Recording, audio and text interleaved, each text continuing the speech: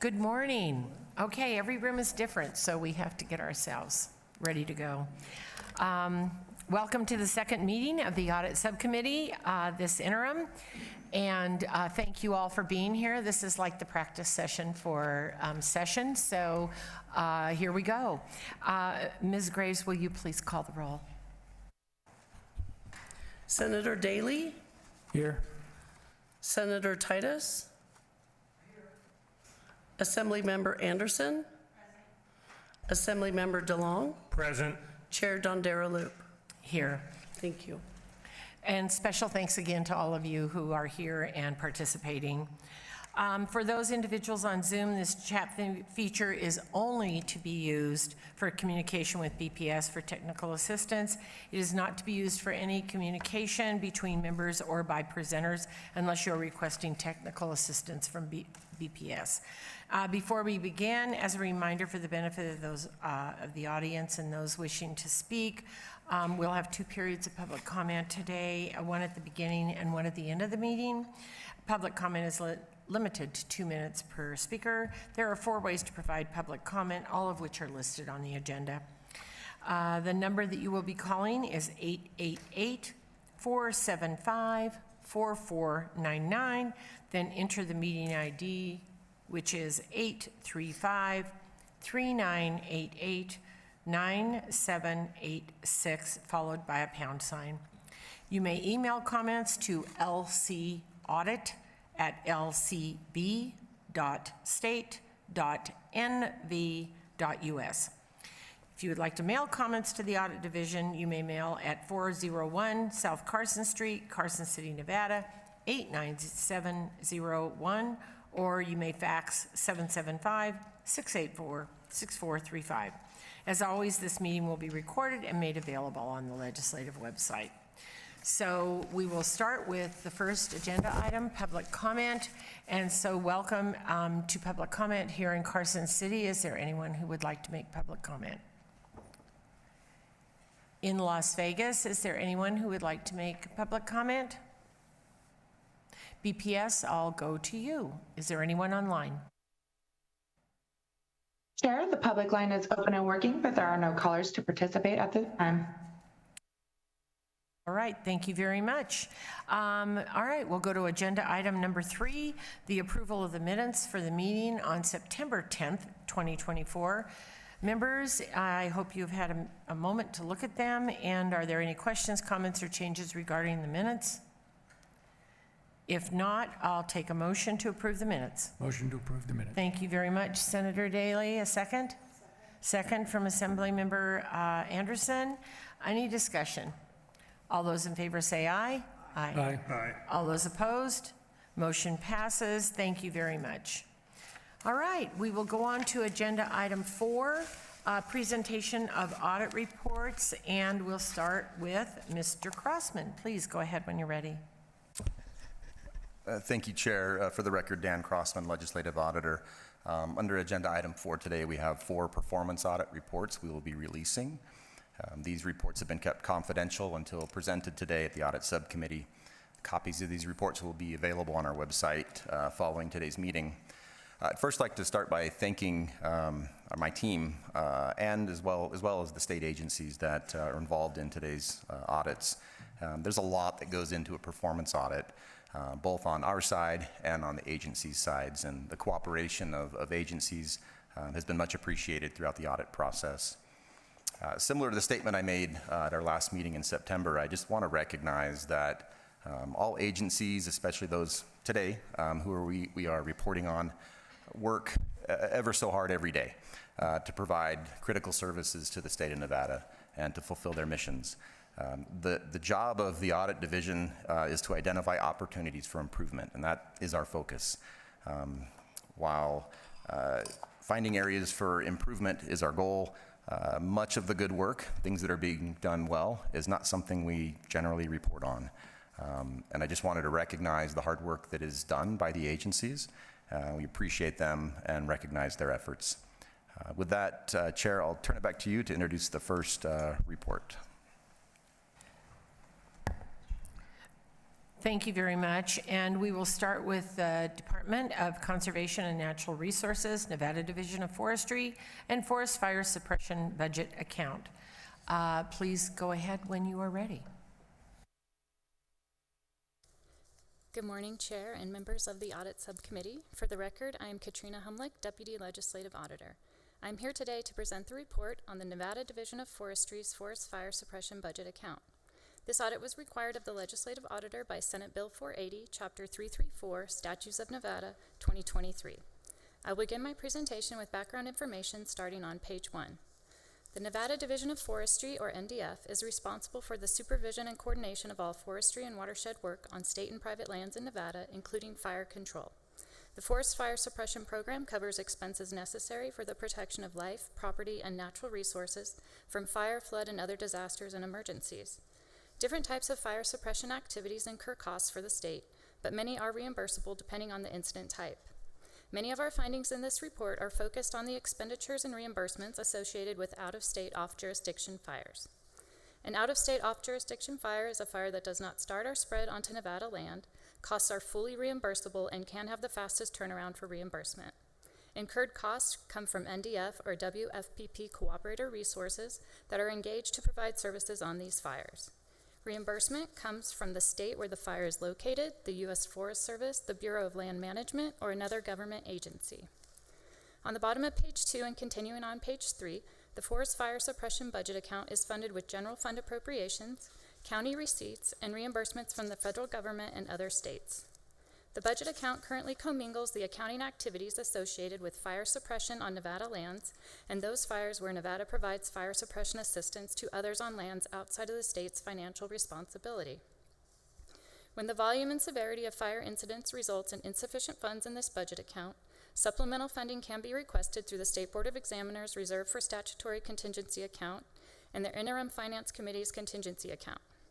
During the 2023 legislative session, NDF requested a supplemental general fund appropriation for a projected cash fall for wildland fire response expenditures.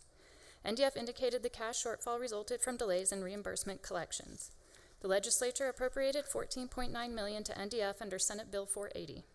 Exhibit 2 on page 4 shows NDF's revenues and expenditures over the last 6 fiscal years for the Forest Fire Suppression Budget Account. An important pattern to notice is the disparity between fire suppression costs and fire reimbursement revenues within a fiscal year and for subsequent years, and the increase in IFC transfers and state appropriations. There should be a corresponding increase in fire reimbursement revenues in subsequent years after a year with high out-of-state, off-jurisdiction fire suppression costs, but this is not clearly apparent with the current budget structure. According to NDF, 2022 and 2023 were historically low fire years in Nevada, but the high fire suppression costs did not reflect this in the budget account. Continuing on page 4, as of June 30, 2024, NDF had 205 filled positions, with 19% of those filled positions being seasonal firefighting positions. NDF is staffed with 14 accounting positions. Within the 14 accounting positions are 6 staff assigned to NDF's Incident Business Unit, or IBU. The IBU has the primary responsibility for processing fire incident billings and invoices for reimbursement. The IBU has experienced significant turnover in these 6 positions. Continuing on page 5, we discuss the scope of our audit, which included a review of NDF's billing and administrative functions primarily during fiscal years 2019 through 2024. Our audit objective was to evaluate NDF's billing, collection, and payment practices for the Forest Fire Suppression Budget Account. Page 6 begins the first chapter discussing our findings related to unbilled out-of-state fire expenditures for reimbursement. NDF did not provide proper oversight over the Forest Fire Suppression Account. Specifically, millions of dollars in fully reimbursable out-of-state fire incident expenditures were not billed. It is important to note that these are expenditures NDF already paid. Therefore, there would be no additional funding or authority needed for these out-of-state fires. All that is lacking is for the reimbursement request to be submitted to the appropriate jurisdiction. At the bottom of page 6, Exhibit 3 summarizes the unbilled out-of-state fire expenditures found during our audit, which I will talk more about throughout the presentation. At the top of page 7, we calculated over $32 million in reimbursable expenditures which NDF had not billed for reimbursement from responding to other state fire incidents that occurred during fiscal years 2020 through 2024. Timely billing of reimbursable out-of-state fire expenditures is important because these costs are initially paid from general fund dollars before collecting reimbursement from other jurisdictions. Unreimbursed payments to fight out-of-state fires amounted to more dollars than what was needed to cover the cost to suppress in-state fire incidents in fiscal year 2023. At the bottom of page 7 and continuing to page 8, we note in our sample of 168 incidents, we found 166 were out-of-state incidents that occurred between fiscal years 2020 and 2023, and over $22.8 million in expenditures were paid by NDF to its WFPP cooperators, but were not invoiced for reimbursement. In addition, NDF did not seek reimbursement for its own costs of fighting on these out-of-state incidents, which totaled approximately $1.2 million for personnel and equipment.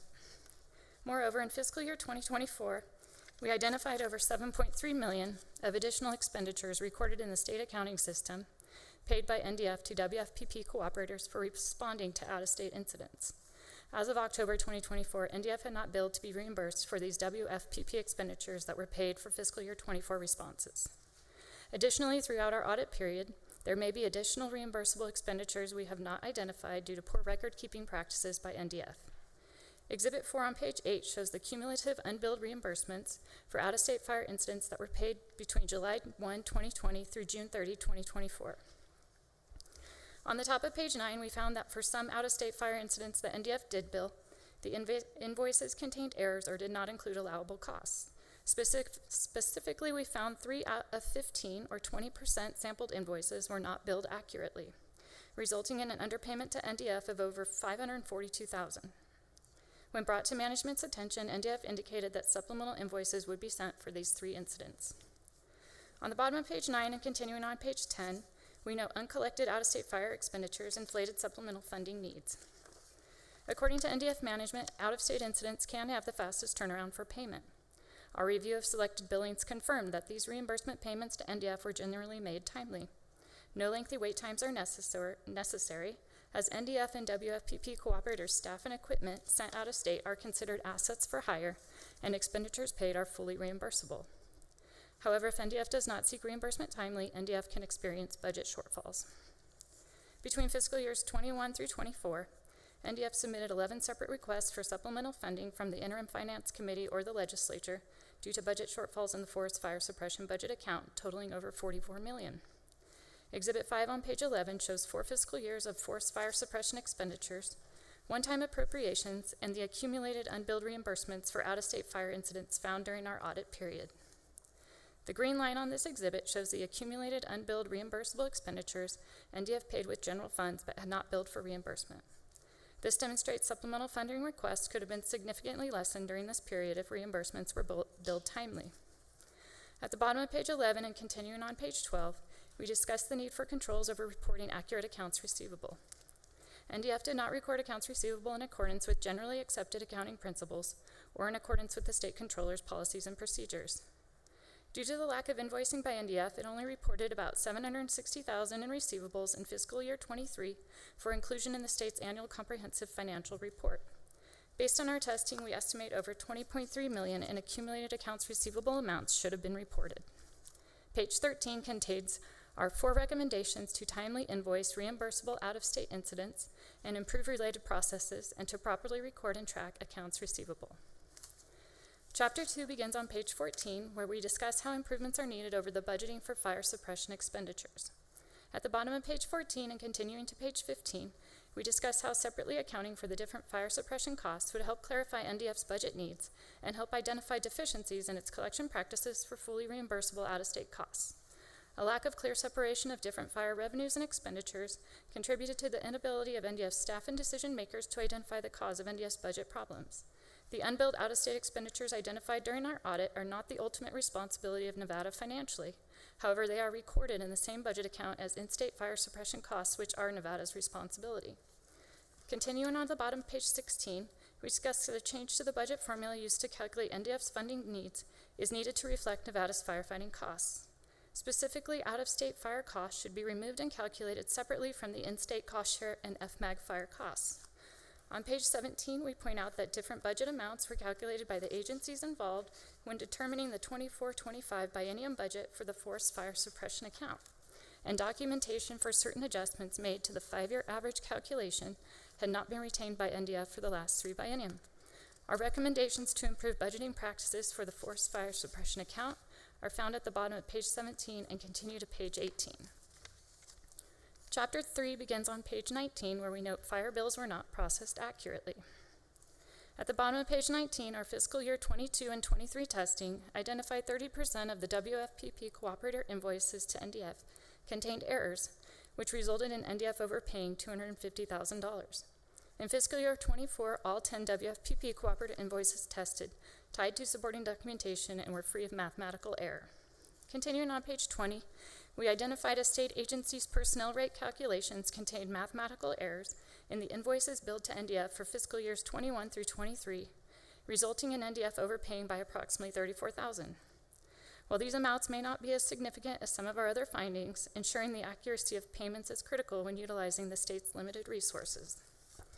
In the middle of page 20, we note that NDF does not review WFPP cooperator billing rates for reasonableness. For example, one cooperator billed an administrative processing fee of 15% of the total invoice charges, which resulted in NDF paying an administrative fee of over $49,000 for one invoice. We also found cooperators billed different rates for similar pieces of fire equipment. Although different rates are allowed, large variations in rates need further review by NDF to ensure rates are based on a reasonable calculation of actual costs. Exhibit 6 on page 21 shows examples of different administrative fees billed by WFPP cooperators in our audit sample. At the bottom of page 21, we discuss how in-state cost-share fire calculations were not adequately reviewed. Specifically, we found 4 out of 9, or 44%, final adjudicated cost-share amounts were incorrectly calculated by NDF. Based on our testing, we estimate that NDF underbilled other jurisdictions by approximately $614,000. When brought to management's attention, they indicated they were working with their federal partners to re-adjudicate these cost-share fires. At the bottom of page 22 and continue to page 23, we discuss the inaccurate incident records found in 3 different areas where NDF recorded incident data during our audit. Our recommendations to enhance NDF's reviews of cooperator and state agency invoices and to improve incident record keeping begin at the bottom of page 23 and continue on to page 24. Page 25 contains Appendix A, which is a copy of Senate Bill 480 from the 23 legislative session. Page 26 contains Appendix B, which is a map of Nevada showing the approximate location of the current WFPP cooperators that were active during the 23-25 biennium. Page 27 contains Appendix C, which shows incident locations and costs corresponding to NDF and WFPP cooperator out-of-state unbilled responses that were paid during fiscal years 21 through 24. Our audit methodology is listed in Appendix D, located on page 28 through 32. NDF's response to our audit is located in Appendix E, beginning on page 33.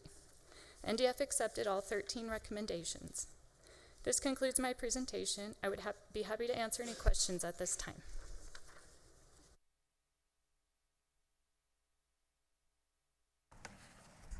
Members, do you have any questions? Senator Titus, we'll go to you first. Thank you, Madam Chair. And thank you very much for a very detailed report. And I am basically in shock of what I'm hearing and what I'm seeing, and very disappointed in the department.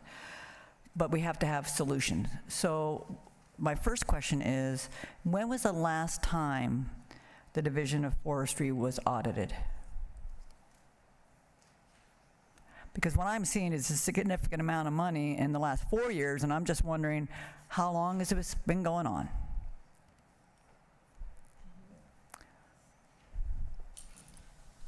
Good morning, through the chair to Senator Titus, Eugene Alera, audit manager for the record.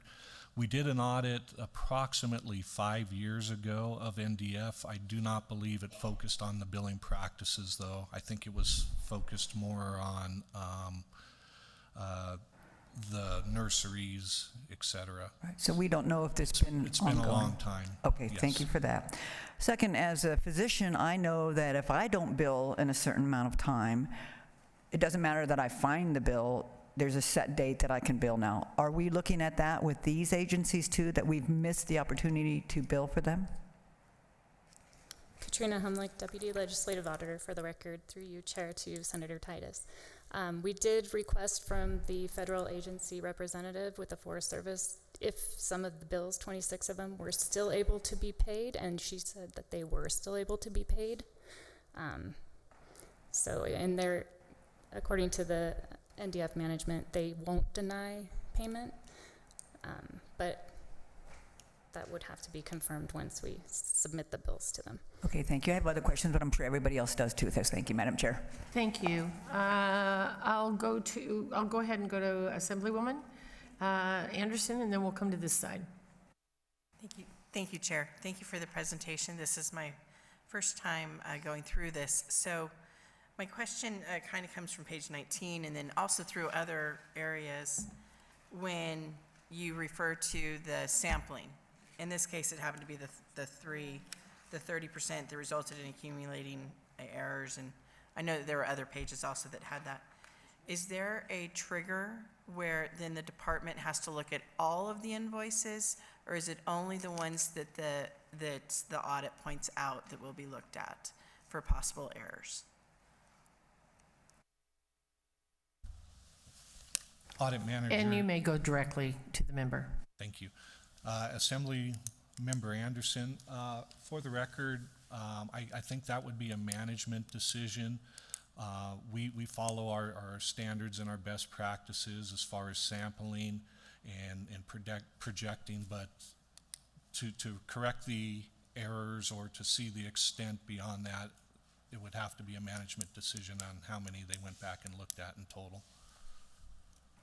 Thank you. And I don't know if that's appropriate or not to ask the managers to come up to answer that, or Chair, I'm not, since again, this is my first time. It's I'm not okay. sure. I think what we're going to do is if you'll just ask the questions, then we'll go through the committee, and then at some point, I believe we'll have to have some other answers. And that will be a little more succinct, I believe. Okay, Senator Daley, go ahead. Thank you, Madam Chair, and I'm not sure if my questions are for you guys or for the Division of Forestry, but it had to do with existing mutual aid agreements. How are those drawn up? Do we have mutual aid agreements with out-of-state agencies? I know we go and provide the resources with the requests, proper requests and various things, and then we bill later. We don't say, you got to give me the money first before I help you put out the fires. So I don't know on those. And are the reimbursement rates set, or is it a blank check? And then obviously when we get billed. So I think some of my questions are more for the agency on how those procedures work, because I don't know if you guys know. Katrina Humlick, Deputy Legislative Auditor for the record. Senator Daley, my understanding they have a master cooperative agreement with the federal government, which allows them to respond to other states' fires if it's a federal fire. They do have state agreements with California and Arizona. Set rates, it's according to the WFPP, what they pay them would be what they would bill. Actual cost is what it should be based on. So there is an agreement in place on what the reimbursements are going to be done, both at federal and then within the state. We have similar agreements with different fire agencies within the state. That's my understanding, is the master agreement covers the NDF staff and WFPP cooperators to go to the other states, and then they submit their bills to NDF for payment. It's a separate question. So I understand the federal. You go state to state. State to state. There's a federal agreement or a master agreement that spells it out. And a lot of that, if there's an emergency and the federal government's paying for some of it, then they're going to reimburse the agency to do some of that stuff. But I'm saying if it's completely within Nevada, and Nevada Division of Forestry calls Reno firefighters or Sparks or Clark County, are there in-state mutual aid agreements established with set rates similar to the master federal agreement? Katrina Humlick, Deputy Legislative Auditor for the record. There aren't set rates, but there are cooperative agreements with the WFPPs. So there's not set rates, so it's a little bit different there. Similar to Senator Titus's questions, there's a time limit on when we can submit these bills. I know there are under insurance and medical claims, but are similar issues here. And then for the ones where we were overbilled, can we go back and ask for that money back? Katrina Humlick, Deputy Legislative Auditor for the record. Senator Daley, they have 180 days in the master cooperative agreement to submit an invoice to the federal government. We were told that's a loose deadline, and they could still bill for these. And they can always submit a supplemental bill for the amounts we found, is my understanding. Okay. And then I know throughout the audit, a lot of the explanations from the department were, well, we have staffing issues, and we have new people, and we can't get new people. So unless you know what's the problem hiring new people, and to me, that's a pretty weak excuse. There should have been, this division's been in place for a long time. There should be some institutional knowledge. There should be people training other people. There shouldn't have been that big of a void that we didn't bill for $32 million over 4 years, in my opinion. So maybe you can't answer for them, but I have that question on what were they doing and how did they get there? Katrina Humlick, Deputy Legislative Auditor for the record. They were fully staffed when we started our audit. 2 did leave during and 1 left after. They do have some turnover problems. I don't know the root cause. They also had a new fire billing system they were implementing during 23.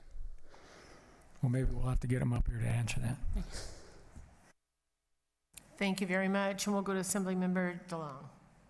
Thank you, Chair. I apologize. It's taking me a little while to get my jaw off the table. I'm shocked at the amount.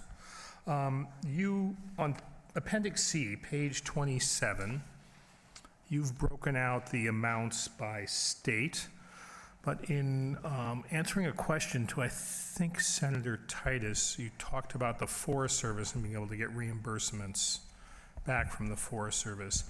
Of the 31.4 million, what amount or what percentage of that is actually with the Forest Service and BLM versus the individual states? And then I'll have a follow-up depending on your answer.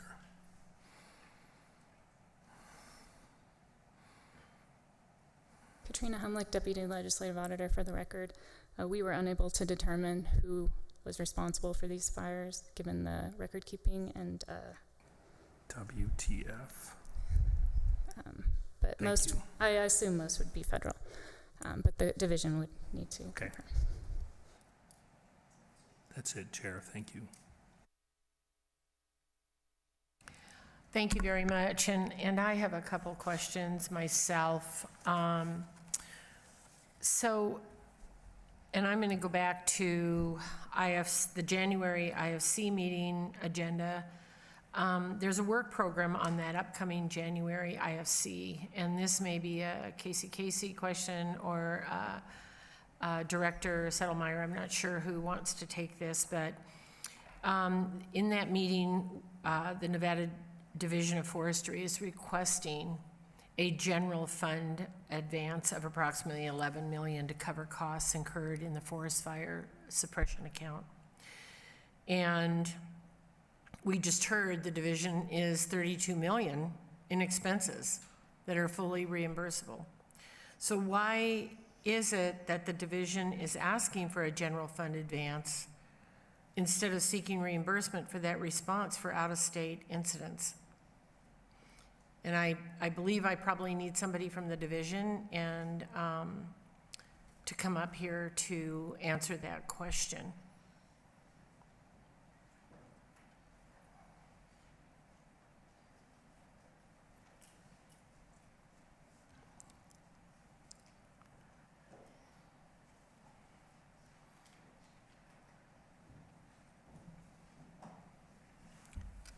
Go ahead when you're.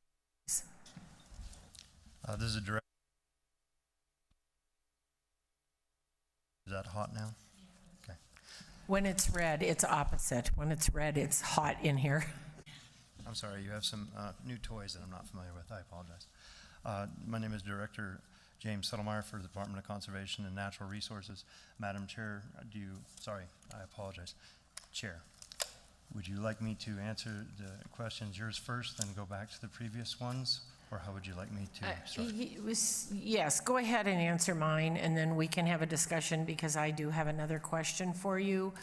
You know, and I know that our heads are spinning up here, and partly because when I hear that you have 14 people that are staffing that audit department, it's I believe that's what The information said, just a minute.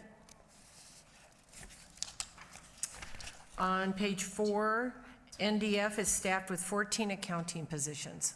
So I just can't understand how 14 people can all miss the same thing, right? So anyway, go ahead and answer my question that I asked about the January IFC, and then we'll go from there. Thank you, Chair. Also with me is Casey, the State Forester Fire Warden. So once we acquire the $32 million, if we're able to acquire the $32 million back, that goes immediately to the general fund. That does not come back to the Department of Conservation and Natural Resources, nor does it come to the NDF budget. It will go immediately to the general fund, in my recollection. Therefore, it's not available for us to use for expenses such as the most recent fires to date.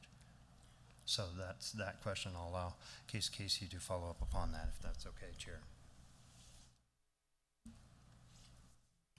Thank you. For the record, Casey. I would first like to start by saying we did appreciate the auditors and the time they spent in this complicated budget account. They did work well with us. We did provide everything that we had available, and I just wanted to state that. I can go through all of your questions in order. I wrote them down, and I'm happy to understand. I do hear what you're saying. I first want to tell you that we own this issue, and we are working on it today and have been for the last 4 years. I want to start with why the general fund advance to your question, Senator Dondero Loop. Right now, currently, so they were talking about 24 bills. We have not paid all of our bills. We cannot pay today for current fire years because the complication, one of the complications, as you guys have seen me before you many times, in this budget account is I only have an override to the amount of authority that I have. The authority is based on a 5-year average, and we actually brought this to the December IFC. We requested to have it move in December. It got bumped to January, so in the beginning of December, we were unable to pay any more current fire year bills. That does make it hard if you can't pay your bills to get reimbursed in time, but that is not an excuse for these ones that had been paid. We are not paying any bills today because unfortunately and fortunately there is a new system. We went in the negative, and so though we have authority in prior year fire bills, the new system does not recognize that authority yet. So right now we are unable to pay any of our debts past or present fire years, which makes it very complicated. Do you want me to run back through the other questions? I would like to ask my second question, if you don't mind, just because it's more current. You know, it doesn't go unnoticed to me. I mean, I know that everyone knows that, you know, there's always a soft place in my heart for forest fire division. My brother was a long 50-year or more forest guy, and we have a lot of fires going on in California right now that are being fought. I recognize all that, but I also know that this is exactly why last session I put in the audit information, because I think it's important that if we're going to support you, we have to know what's going on. And I think that it's just time that we come full circle. So the governor's recommended budget that was just submitted to the legislature includes a supplemental appropriation request of $18.6 million to cover costs in the forest fire suppression account for the remainder of fiscal year, 2025. So why is that supplemental appropriation being requested when there's, once again, the $32 million in expenses that are fully reimbursable? And I understand you're saying that they go to the general fund, but I need some clarification on that. Thank you for the question. And again, for the record, Casey, State Forester Fire Warden. I do understand. I worked with your brother. I understand what you're asking. We always put a supplemental in. We don't know the amount at the time because we don't know when the reimbursements are going to come in. And though we might have said that all out-of-states are more timely reimbursed, right now the state of Utah is 2 years out from their reimbursements with the federal government. Back to one of the earlier questions, so we just can't guarantee when those reimbursements are coming in. To answer an earlier question, and I think it was Senator Daley, On the mutual aid agreements and set rates, we do have a mutual aid law, 414A. It's set under the Department of Emergency Management as they had mutual aid. So we don't have to have individual agreements. We have a law that allows us in the first 24 hours of a fire to send the closest available resources and not bill each other. The goal being get the fire out within that 24 hours. And we have a 98% success rate in getting that out. Those are not billable unless it's crews or aircraft. Crews and aircraft are always billable. We do have agreements with 33 individual fire districts through our Wildland Fire Protection Program. That's what allows us to move them off district. It's to note, and part of the complication, it's a Swiss cheese model. That's of how we got here. Part of the complication is the federal government used to very kindly hold our debt when it came to out-of-state fires or firefighters coming into the state of Nevada for a state fire, a fire that starts on my jurisdiction. In 2018, they were audited, and they no longer could carry our debt. And it's rightfully so. So we asked, and we made these agreements with local government to actually take on this debt. So our actual workload increased tremendously when we took this on in 2020, full-time. So on behalf of local government, moving them in, moving them out. And just to clarify, there are only 6 people in the audit unit fully focused on incident billing. The other 14, the other half of the folks, work in the rest of our budget accounts. However, we do train everybody kind of throughout all of these processes. So right now, we have 2 of them helping as we're down 3. We were down 3, now we're back up to 5 today. Still trying to hire 1. The leader position in these, there was an earlier question on institutional knowledge. It does not exist in the fire billing side. So accounting side, it's fairly simple if you're at the lower level positions. They're looking at bills for accuracy.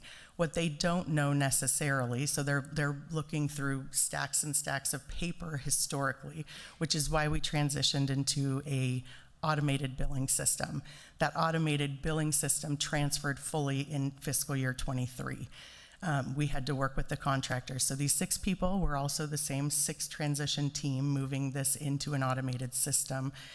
Every year there were invoices going out. We did bring in money in every year. It's just the out-of-state ones got lost. What I read in the audit and also surprised me, our leader at the incident business side, she's new, she was an underfill. At the time, we could not find a qualified applicant to fill the position. She hadn't been there a year. Almost everybody rotates out in this unit. In the last 5 years, we've had very few of them for more than a year. She thought that there was a new language added into the master agreement that anything under $5,000 was not billable. So my assumption and what was said in the audit is they were looking at these out-of-state responses. They didn't meet that threshold, but they didn't apply to that. So there was a learning curve for us in the training department. We have since worked with our federal partners, but I want to go back to the earlier question. I think at one point we did talk to Katrina about this. As she said earlier, we only have a state-to-state agreement with California and Arizona. So if that billing is state to state, like what's happening right now on the Palisades and the Eaton fire, that will be a state to state billing. I will bill CAL FIRE directly. Every other thing you saw in there, that's all federal agreements. It's all under the master agreement. Those are all federal billings. They are not state to state agreement billings. So everything that is owed, I'd say about 90% or 95% of what you see on the owed list is the federal government. And I understand what you're saying, but if you're not following those general accepted accounting principles and you're not billing, you're not going to get reimbursements. It's not going to happen. I mean, if a doctor doesn't bill, they're not going to get paid. It's just the way it is. And also, I just want to make a clarification because I think the money does go into their account I don't think it goes straight into the general fund, so, you know, we need to have some guarantee that you're going to start billing right away. So, and if I may, it does come into, again, for the record, Casey State Forester Fire Warden, it comes into our account as revenue. It isn't usable to then turn around. So many times you've seen us in this catch-22. So if we have billed over $18 million as of today. Or we have invoiced for reimbursement $18 million as of today. That if that money were to come in a month's time, it would go into a revenue account. I would then have to go to IFC to get a work program to make it usable in the categories necessary. So it does cause delays in getting that. And if it comes in closer to the end of the fiscal year, that money does not carry forward in our account. It gets swept back to the general fund, which I think is what my boss was saying. And so it gets swept back, and then we start again with the $4.5 million in cash and the somewhere near $12 million in authority and override possibility. So that is correct. It's just delayed in order to move those things through. Right, and I will just reiterate that if you can't make those requests if you haven't invoiced. That's all. And I'm not trying to be difficult. I'm just trying to get to the bottom of this because we're talking about years and years and years. Yes. And we know that forest fires are an issue. We know that you have to cross-bill. We know that you have to wait. We know that it's federal. We know all that, but we have to do our end. We have got to be more diligent to do our end here in Nevada.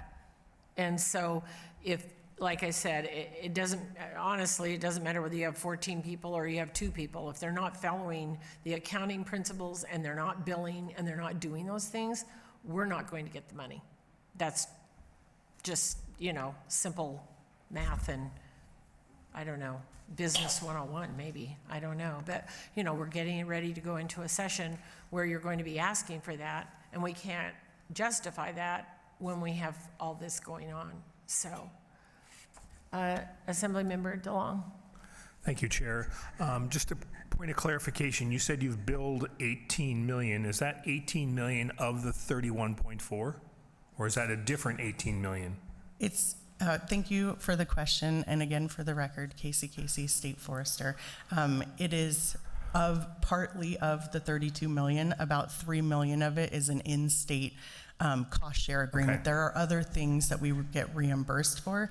And again, for the record, we understand and hear you. That is what we're focused on. We are auditing every bill. We are going back. Our intent as we moved out of a paper system into an automated system in 23 was to go back. We are about 95% through 23, both from a paying bills. We are done paying bills. We're going to give it one last call, but we are 98% through the invoicing of reimbursables. We're moving into 24. We also hired a contractor. She came in 2 weeks ago. She's a former employee of ours. She understands to come back into the paper billing side. She is auditing everything. We're not finding the errors that were found in some of the samples, and we are correcting all of those. She's going to be starting billing. We talked to her today by the end of the week for the older fires, the out-of-state fires. I do again want to reiterate that in every year we did invoice other things, not out of state, that some out of state, but somehow these ones got missed. So you said you're caught up to essentially caught up to 2024. That means there's, based on the table on page 27, there's almost $10 million from 21, 22, and 23. Are you saying you've gone through all of those and you've billed all those? Thank you for the question. Again, for the record, Casey, we have invoiced for reimbursement almost all of 23. That's where we're focused right now. We have not paid all of 24's bills. And so we have to package them. If we sent multiple assets to California, we package them into one bill for the state of California, and or if we send them to Washington and we go through the federal government, we need to package all of those into one. We have not paid all of our 24 bills. They're held up in not being able to be paid at this time. But we are moving into 24 after we finish 23, which my hope is we're done by the end of this month with 23, and we move into 24 and we're done with 24 by the end of the month. For the stuff that we have sitting billable, we still have to pay some bills in order to get reimbursed for other bills. What about the $6 million from 21 and 22? Those are even older bills. Why aren't you focusing on that also? Thank you for the question. We are. That's what the contractor is focused on. We didn't want to focus all of our new employees who are brand new, many of them still in probation, in that unit. All 6 are new. We wanted to focus them in the new system, the automated system. We're having the contractor go back. She's working on that right now. Just a reminder, will you please make sure you state your name for the record? Yes. All right, we will go to Senator Titus and then to Senator Daley. Thank you, Madam Chair, for the opportunity to ask a few more questions. I see this, there's multiple levels here that I'm not sure we've actually separated. There was an error and delay in our billing for our services to federal agencies, other states, et cetera. Then there was an error in our billing for those that we did bill, that we were overpaid. And then what I've heard from you in the past is that we haven't paid the people that billed us for their services, and I don't know that we've addressed that. I know over the many years I've been on the budget committees, there were issues with the Angora fire where private contractors came in and provided a service, a bulldozer, et cetera, and then they billed the state of Nevada and they weren't getting reimbursed. And so we focused on you reimbursing them, but I don't really see that in this audit on how, are we current on the people that, have we paid our bills to the people that gave service to the state of Nevada versus the state of Nevada sending our folks over to help? There's different budgets here, and I'm just curious, I haven't really heard, are we current on what we owe folks? We're not behind years, are we? We have been. This is Director James Settlemeyer for Department of Conservation and Natural Resources. Madam Chair, to you, through you, or am I allowed to go direct? Please go straight to the member. Thank you, Chair. Senator Titus, so I'm going to try to go back chronologically a little bit. So in 2020, the previous administration made the wise decision that we needed to get out of paper records because it takes too long to bill and it's very cumbersome and problematic. As a bill comes in, they have to sit there and then code the particular individual to a particular fire, or how much time they spent on time, off time, was it on federal land, was it on state land, and it gets very complicated, where a computerized system would be much wiser. So in 2020, the decision, to my knowledge, was made correctly to switch to an electronic system. Unfortunately, it took them 3 years to switch to that electronic system. As far as the aspect that you had asked earlier of being able to pay, back the bills, yes, we've reached out to them and we can bill backwards.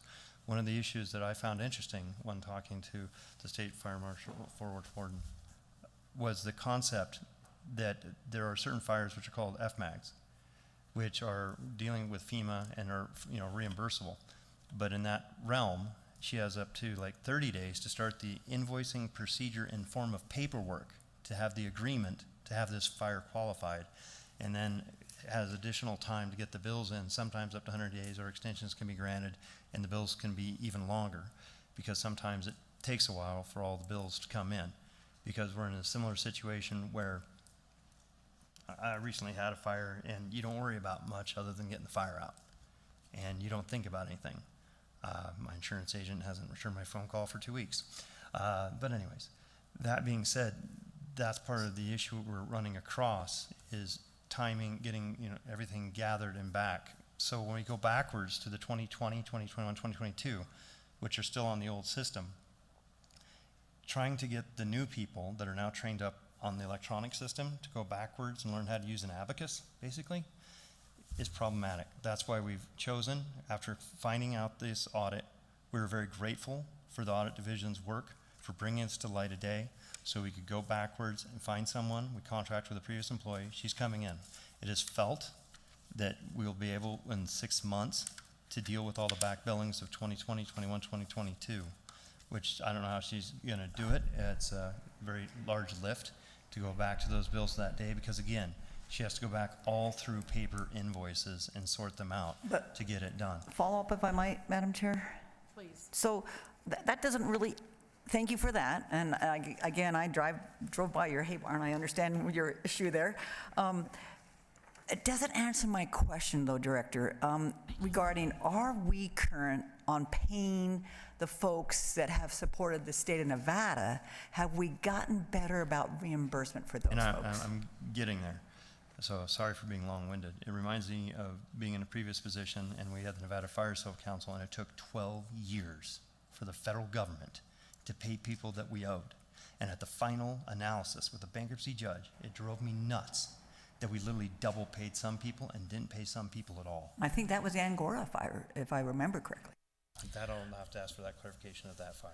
And thank you for the record, Casey for the record, and for the question, Senator Titus. No, we have not paid all of our cooperator bills. We carried every year in the past 4 years or so, we have carried debt forward because we were unable to pay because of the 5-year average issue. Unfortunately, it's very hard to average, and no fire season looks the same as the other. So we do the average, but it's never right. And so I'm always sitting before you. Sometimes I'm not even asking for money. I'm sometimes just asking for a shift in authority between past years and current years. And so no, we have not. On December, we came before you, we got money, we paid everything that was sitting in there. There's multiple bills sitting in the payment system right now to be paid. Then we'll go into a reimbursement effort. But no, we are not paying our bills right now. No bills are being paid. We can't. And that's a function of the new system. Because of the override issue, we used to have an override up to the authority available. But in Cat 10, we don't have any authority available, which is why we brought the work program before you for December, but now it's in January. So that's been an issue for us, is timely being able to pay when we're constantly having to shift and adjust. And thus that does cause delays, but I don't want to make excuses. That does not excuse why we didn't ask for money back into 2020. We did carry about $4 million of debt, of fire billing debt into fiscal year 24, which ate our entire budget in the month of July. And then and we've had stops and starts. These same 6 people are dealing with those angry aircraft owners and cooperators, which is why we do see a large amount of turnover. They get yelled at a little more than the average fiscal person in our division. I don't mean to make light of it, it is serious. And we're not the only state having this issue. Fully funding a suppression account for all states has been challenging. If you read the news lately, Oregon, California, Washington, all states are going through this. We are seeing more fire. We are seeing more fire affecting more communities. We're seeing greater costs. The rates are set, the rates are actuals. We only bill for what we pay, but it is costly. And just to kind of give a picture of how it starts at a local dispatch center. It comes into 911. They're using a mutual aid agreement, and they're basically calling the closest available resources. We are not looking at cost at that time. We are looking at who is readily available, qualified, and able to put the fire out. Once it goes beyond 24 hours, the incident commander, if it goes beyond 24 hours, we then expand. So we still manage it out of a wildland fire dispatch center, which we own 2 of in the state. We have 5 total. They're interagency. We are one state who does have local government now in those dispatch centers. That transition happened 3 years ago. It was the same 6 people who made that transition. We had to get them all into our training system. There was a lot of work to get that to happen, but it was the right thing to do. We needed to actually call closest available resources, not federal resources from afar, driving past your local government fire districts. So once we exhaust all of the assets that are in a local dispatch center, we then move up into the GAC, so it's the geographical area for states Then we start ordering through, Utah, Wyoming. We're seeing who has available assets. And then when we exhaust that, we end up in a national ordering system. And so they prioritize daily. With the Davis fire, we were prioritized nationally #1, which is why you saw the aircraft and the assets that you saw. Had California had this Palisades fire at the same time, we would not have been prioritized as high, and we would have been struggling to get the resources available. So just so you know, and all of our agreements tier into that master agreement. The master agreement with the federal partners is how we get to that national level. The compacts, if approved, will allow us state-to-state movement. It's a little faster and maybe more timely in reimbursement, depending on the state and their budget availability at the time. Madam Chair, Director Settlemeyer, for the record, may I return to the previous question that was asked by Assemblywoman Anderson to address her concerns on her question? Let me jump to Senator Daley first, and then let's go back. Thank you. Thank you, Madam Chair, and thank you for some of the answers. You answered some of my basic questions. In going to what our chair was saying is, we're getting put in a position where it's like a no-win for us. And I understand you guys feel that no-win as well. What I did hear is what I'm thankful for is that when there is a fire, someone calls for service, someone is going. We're not talking about the money at this time, although it is a factor that every agency has to be able to pay their bill. The rest of it, what I heard is that you guys are aware of these intricacies, these areas where we should be doing better so we can anticipate certain things. We know that there's going to be this type of delay. We know we can't control the federal government and when they're going to pay and various things. You hear FEMA comes in and it says, hey, we're going to declare an emergency and we're going to help with this. I know on the Palisade fire, you saw Governor Newsom, talking with the president, saying we're going to reimburse at 100% rather than 90 or whatever other levels set. That timing on when they get the money is a gaping, it's a black hole. Who knows, right? You got changes in administration, you got all kinds of things happening, so you don't know for sure. But it seems to me we should be able to anticipate these things a little bit better.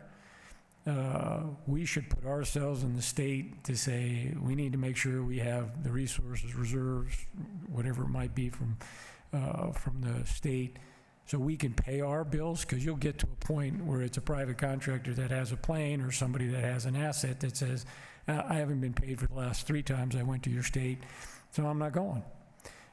And that person's in business, and it's, multi-million-dollar plane, and every time he goes up in the air, it's, $1 million, and he's not getting paid. It's kind of hard for them to front that, so you can't blame them either at some point. But it puts us in a position when you guys haven't billed, and abacuses are not that hard to figure out, so they should be able to go back and figure that out. You're coming to us and saying, hey, we got to have money to put out these fires, and I don't think you're going to find anyone up here that says, no, we don't want you to put out the fires, so we're not going to do that. But at the same time,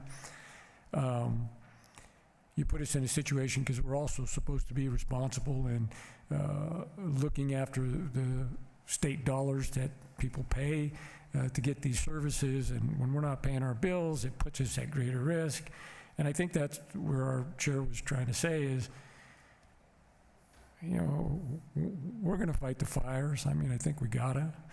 But if we don't have confidence on the other side, and people don't have confidence that the state's operating efficiently and spending the money the way they're supposed to, so I just have, those concerns. And I understand the staff overturn and all that kind of stuff. But what I just heard you say is that you have all of these interest keys. Other states in the same position. We go to the master agreements if there's a fire in Utah, because we don't have a state agreement. Set rates are set. We have to bill. I mean, we have to get the money. We have to put ourselves in the best position to have the reserve, have the authority, have whatever, and make those requests, which is, reasonable, so we can pay our bills, so we're in the best position when we need resources to come here. people who want to come here to do our stuff. It just, you know what to do, so I'm just saying, why aren't we doing it? And asking the right questions and asking for the right authority instead of chasing our tail here. This is Director Settlemyer from the Department of Conservation and Natural Resources. I greatly appreciate what this audit has brought to the light of day that I did not know. And once I found out, I was beyond troubled. We need to do a better job. I agree. That is why we went back to 2020 when this started, and we hired someone to come in and work on that. The greater amount of money that is recoverable for the state of Nevada is actually in 23/24, and that's why we're focusing those trained individuals in that realm to make sure that we get those invoices dealt with and paid, because those are the firemen, firefighters, assets, whatever, that must be paid for the work that they have done. So we're focusing there on getting those bills paid, which again, we're coming to IFC here this month. And we're also in making sure to get those invoices sent out for reimbursement for the state of Nevada. And we have the other individuals coming online that we talked to the governor's office about to get authority to make sure to bring people back that know the other system. They can focus on that for the year 2020, 2021, 2022 when the problem started, so we can get this dealt with. It is our goal and objective to get this done in the next 6 months so that we can get all 2020, 21, 2022 dealt with and get those off the books, so then we can put more focus on the 24. But I'm grateful that Casey and her team has stepped forward on the 2023 and basically has that 90-95% done, depending which way you look at it. But I'll allow the state forester, fire warden to follow up more on that. Thank you, sir. And if I can just real quick, thank you. Understood. And the word execution is a verb, excuse me. And so we want you to execute, right? Because we don't want to have an execution. So. Thank you. I feel very executed. Again, for the record, Casey, and I do want to state, and it's again not to make excuses, we do own this issue. The billing system was a one-way street. And so as you go into a new automated system, you find all the problems when you go in. We had the contract let in 2020. We got a semi-functional system in 2022 that we were testing with a few departments. Then we had to get all of these departments across the state loaded into the system, all their rates, all their people, all their apparatus. We went to each of those districts to do that. Same 6 people had to go help them. And so that in 2023, everything would be in this automated system. A lot of the recommendations that you see are semi-fixed by having an automated system. A paper system where we're having files is untenable, and we knew that. So as we moved into this, but what we learned when this was brought to our attention on some of these out-of-state bills that hadn't been billed, while other things had been invoiced, these out-of-states had not. I don't know why. What we learned is the billing system was a one-way street. So we didn't even have until October of 2024 a way to bill back in the new system. So we had to work with the contractor. We had to get the federal government loaded into the system, which there was a trust issue there. They weren't sure that our system was gonna work for their stronger systems. They loved the billing system. It makes it much, much faster. We are seeing great efficiencies in the system, but what's required right now so that we can actually look at the data, how long has this bill been sitting? If it's, the new system will flag you if it's been sitting too long, if we've paid it and we haven't invoiced it. We're working on all that, but in October we had the ability to bill back, which is when you saw us push 18 million in bills, and today pushing more and more bills. We wanted to get all the bills in the new system because we don't want to have to try to dig through 40,000 files of 7,000 fires in multiple states because it wasn't working. And so part of that, unfortunately, is manual entry for us into the system. We have to take a paper bill and manually enter it into the system. All of these things take time, But again, not to make excuses. We are working on the back billing. We had been invoicing in every year in this audit. For some reason, these out-of-states had not been invoiced, and we are working on that today. Thank you very much. And I would just say that, you know, I may pay my bills online, but if I can't pay my bills online, I might have to pay them by check. So there's still paper bills. Yeah. So somebody needs to make a list and check it twice and pay the darn bills so that we get money in this state, because we're taking all the money that we've given and it's going somewhere else.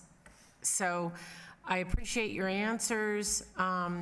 It's just been going on for 3 years, and it's going to be really hard to justify to other members. Not, you know, I'm not the only person up here. We have all these members from different places in the state even that are all saying the same thing. And so I think it's just really important that we get this under control so that we don't have to go through this.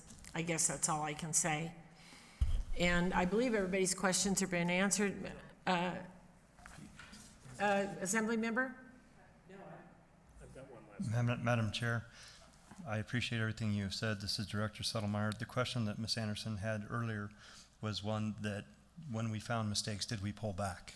And I'd like to address that question if I could, Madam Chair. Okay, she thought Director Casey answered it, but go ahead.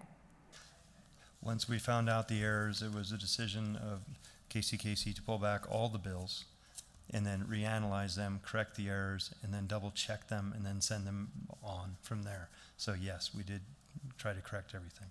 And we are doing our best to try to address all the issues that you've raised. We are not happy in any way, shape, or form. I'm definitely not happy.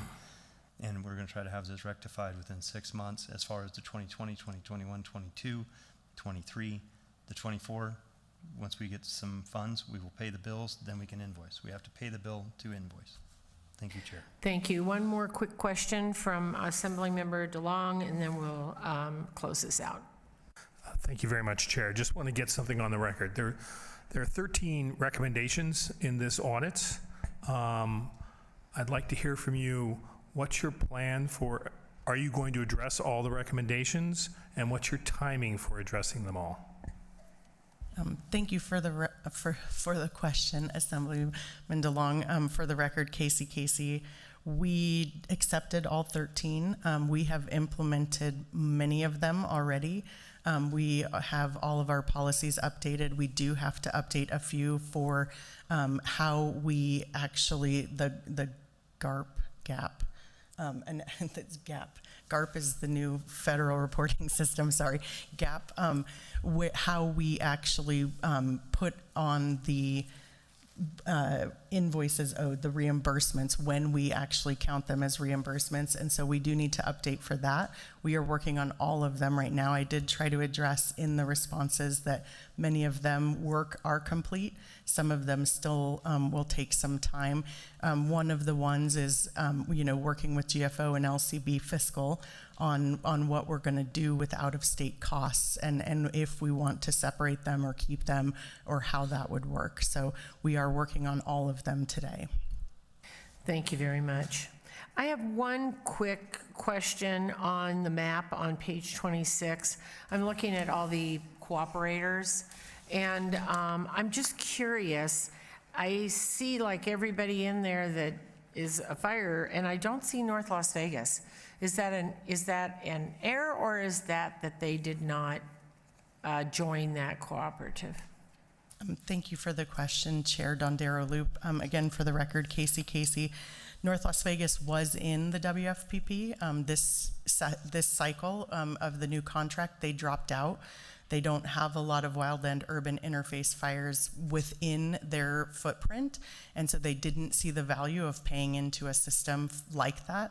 However, part of the value is they didn't get to go to California because they weren't in, and they don't have, so when the federal government got audited, They don't have agreements directly any longer with, so the Forest Service, the BLM, Fish and Wildlife Service, that's through us to them, so they can't respond in those ways. So they actually are talking about coming back in. We got Mount Charleston in. We're almost at full participation across the state. Perfect, thank you. That's exactly what I wanted to hear, so thank you. All right, before I take a motion, Mr. Crossman? Thank you, Chair. For the record, Dan Crossman, Legislative Auditor.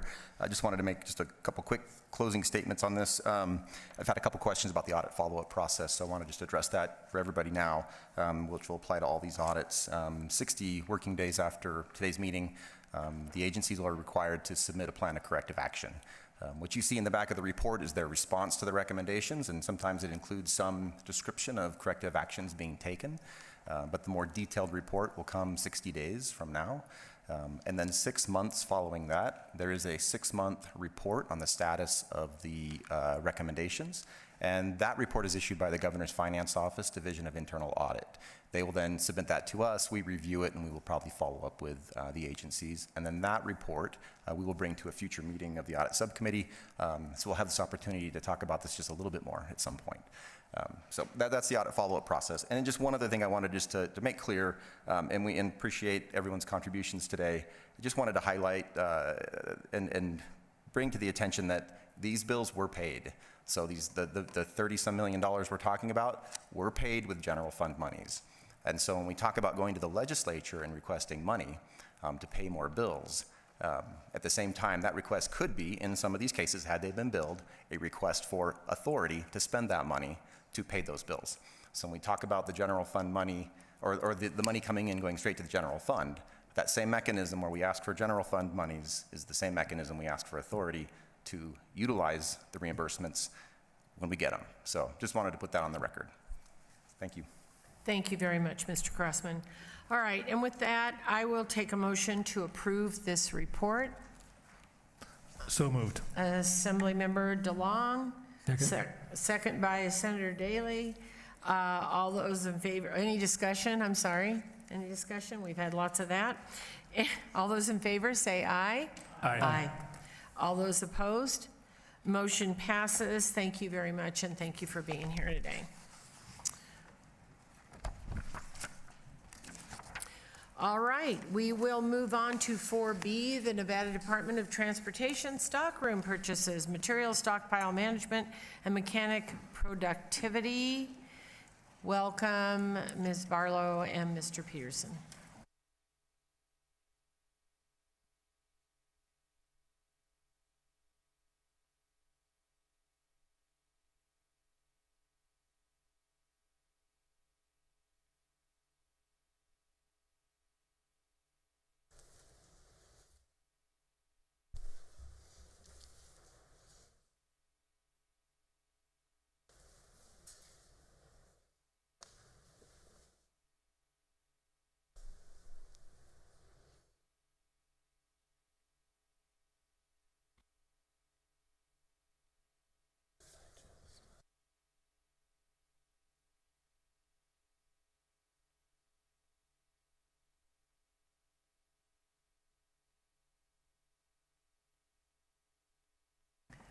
Okay, welcome. And please go ahead when you're ready. Thank you. Good morning, Chair Dondera Loop and members of the Audit Subcommittee. For the record, my name is Amanda Barlow, Deputy Legislative Auditor. I will start with some background information, which begins on page 1. The mission of NDOT is to provide, operate, and preserve a transportation system that enhances safety, quality of life, and economic development. NDOT maintains a fleet of over 2,000 pieces of heavy equipment and 700 vehicles. NDOT is comprised of 4 primary divisions, including administration, engineering, operations, and planning. The equipment division, materials division, and maintenance and asset management division, which are the primary focus of our audit, fall under the operations division. NDOT is also divided into 3 districts based on geography. Exhibit 1 on page 2 shows the distribution of districts and maintenance stations. Continuing on page 3, NDOT has equipment repair shops and stockrooms in each district. Equipment repair shops maintain NDOT's fleet by performing preventative maintenance and repairs for heavy equipment and vehicles. Stockrooms have purchasing authority and act as the supply center for district equipment repair shops, maintenance crews, and other NDOT units operating in the district. Historically, districts have had full responsibility for most equipment repair shops and stockrooms. NDOT recently moved equipment repair shops and stockrooms to be overseen by the Equipment Division. Exhibit 2 on page 4 demonstrates the organization of equipment repair shops and stockrooms as of April 2024. On page 5, we describe 2 historical issues with fraud. In 2013, inadequate controls over NDOT procurement cards enabled a stockroom employee the ability to commit fraudulent purchases valued at over $250,000. An investigation in 2014 also revealed at least $35,000 in tire theft. NDOT operates 14 budget accounts and is funded primarily by fuel and motor vehicle taxes. NDOT received $1.9 billion in revenue in fiscal year 2024 and expended $1.2 billion. Exhibit 3 on page 6 shows NDOT's revenues and expenditures for fiscal year 2023. Continuing on page 7, we provide our scope and objectives. The scope of our audit included a review of NDOT activities related to equipment repair shops, stockrooms, and material stockpiles, and executive staff vehicle use between January 2022 and June 2023, and through the end of calendar year 2023 for some activities. Our audit objectives were to 1, determine whether NDOT has effective controls over stockroom purchases, equipment repair shop work, and material stockpiles, and 2, determine whether management's use of state vehicles is appropriate. Our findings begin on page 8. NDOT lacks adequate controls over stockroom purchases and material stockpiles. First, transactions lack documentation of supervisory approval and separation of duties. Of the 150 transactions tested, 57, or 38%, did not have documentation demonstrating appropriate approvals or proper separation of duties between the requester, purchaser, and approver. Additionally, purchasers admitted to regularly using a co-worker's name to be the requester on documentation. Another purchaser signed documentation with the fictitious name Johnny Appleseed. Exhibit 4 on page 9 demonstrates the signature. Other names were illegible, preventing staff from identifying the signatures. District management also bypassed policies by requesting staff develop purchase documentation after services were provided. Additionally, staff split purchases to remain under spending limits. There were 77 instances of staff placing multiple orders to the same vendor on the same day. For 8 or 40% of the 20 instances tested, the same items were procured from the same vendor on the same day using different invoices. The state administrative manual and NDOT policies limit purchases to $5,000, and the state administrative manual states that purchases should not be split as a device to avoid requirements. On page 9, we state that staff do not always safeguard assets by accurately recording parts purchased. Testing of 1 week worth of purchases found that stockroom staff did not record 146 parts, or 1% of items tested, totaling nearly $10,000 in the asset management system. This could amount to $440,000 in assets bypassing controls annually. Recording parts is crucial to ensuring parts are not converted to personal use. Additionally, 41 tire invoices totaling almost $25,000 were not accounted for in the asset management system. 16 tires were not on the vehicles identified in the invoices. For example, an invoice contained a purchase for 2 semi-trailer tires, but the unit referenced on the invoice was a passenger car. Either these records are not accurate or the tires may have been converted to personal use. On page 10, we state that equipment repair shops supervisors do not consistently perform quality assurance program inspections on vehicles, which are designed specifically to detect and deter fraud. Exhibit 5 on page 11 demonstrates the varying levels of shop participation in the required monthly inspections. The quality assurance program inspections consist of reviews of completed work orders to ensure records are complete and accurate and that parts were properly installed on the vehicles. Supervisors performing the inspections reported they do not always physically inspect units because they are familiar with the abilities of staff or because the unit was returned to the crews and is no longer available for inspection. The issues identified above were also identified by NDOT internal audit staff. However, district leadership did not adequately address findings from annual stockroom audits. For example, of the 10 internal audit findings we reviewed, 7 were repeat issues in 22 and 23. On page 12, we state that NDOT has weak controls over material stockpiles. For example, there were nearly $25 million in discrepancies between NDOT materials in the tracking system and physical inventory records in fiscal year 2023. Additionally, we tested 6 invoices for purchasing stockpile material and found that 4 were recorded incorrectly in NDOT's material tracking system and 1 was not recorded at all. Additionally, the inventory process lacks standardization. For example, when calculating material amounts in stock, some crews use measuring wheels, while others compare the size of stockpiles to the height of a truck or by counting strides. A lack of standardization contributed to error rates of up to 9,000% in NDOT records. NDOT policies and procedures related to stockpile inventory were outdated and lacked clarity. For example, management provided policies and procedures from 1987. Additional internal memos do not provide direction for documenting the receipt of materials, use of materials, or the inventory process. Inaccurate records contributed to findings in the State of Nevada Single Audit Report in fiscal year 2020, 2021, and 2022. In 2021, the inaccurate records resulted in a qualified opinion on the State Highway Fund of the state's financial statements. Additionally, districts allow local entities to use state materials and to self-report usage. There are no formal agreements with these local entities, and there are no processes to ensure the materials used are accurately tracked and replenished or paid for by local entities.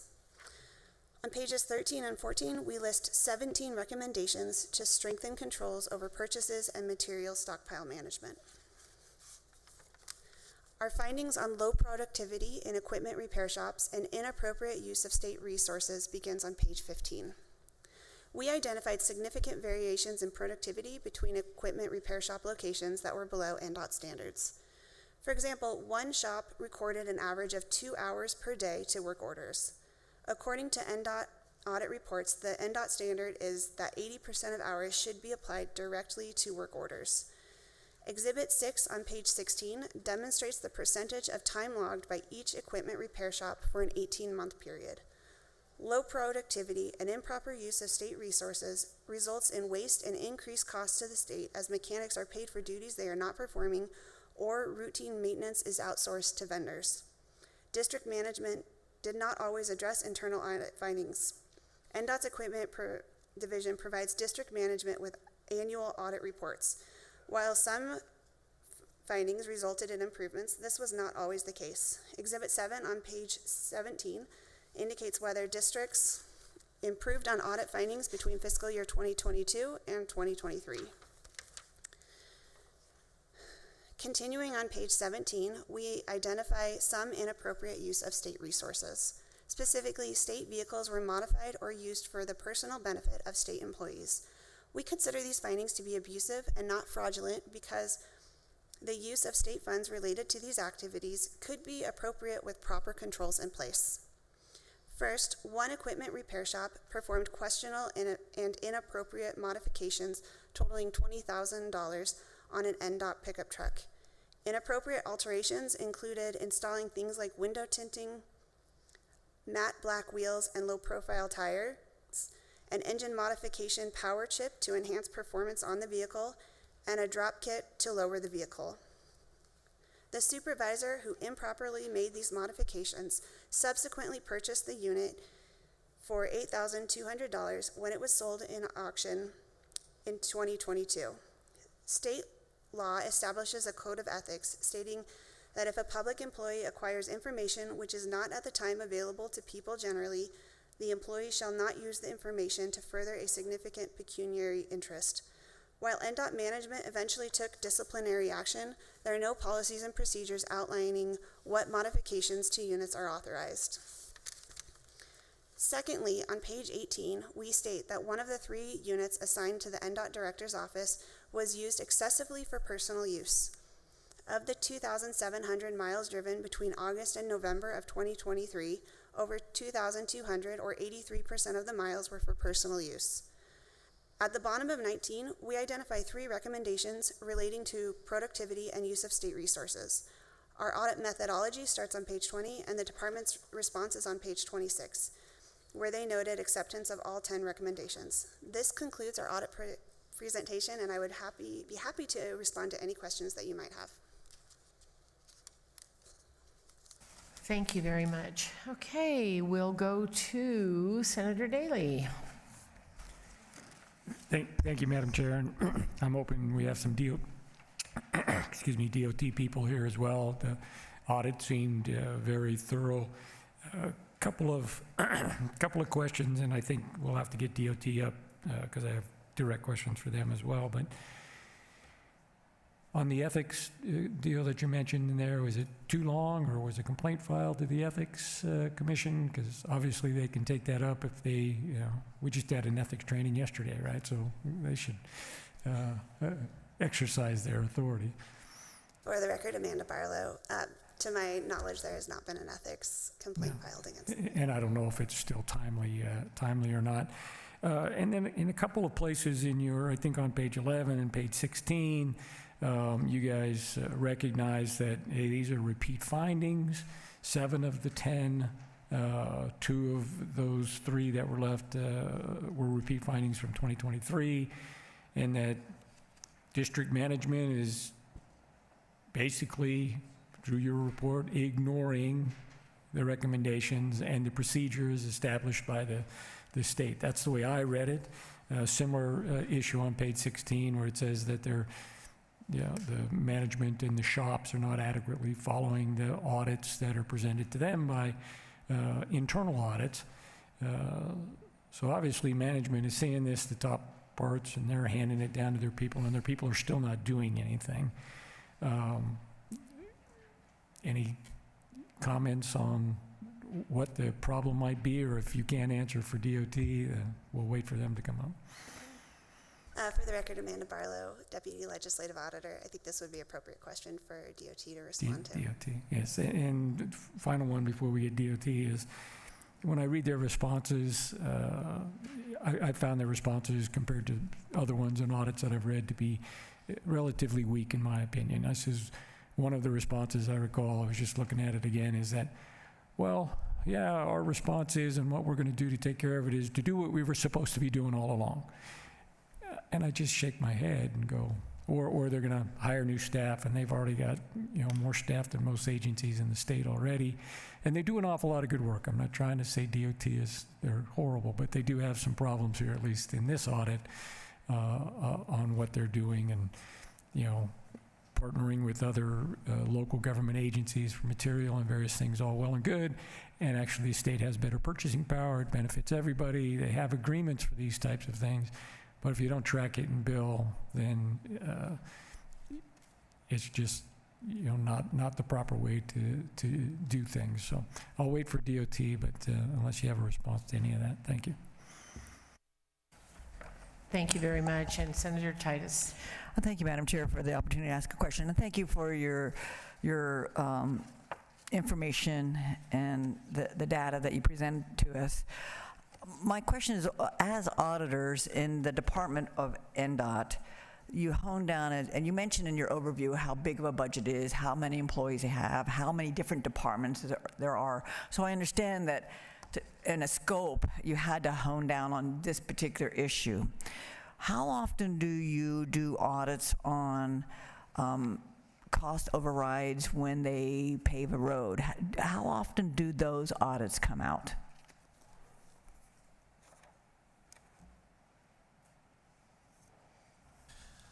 For the record, Chief Deputy Legislative Auditor Todd Peterson, through the chair to Senator Titus.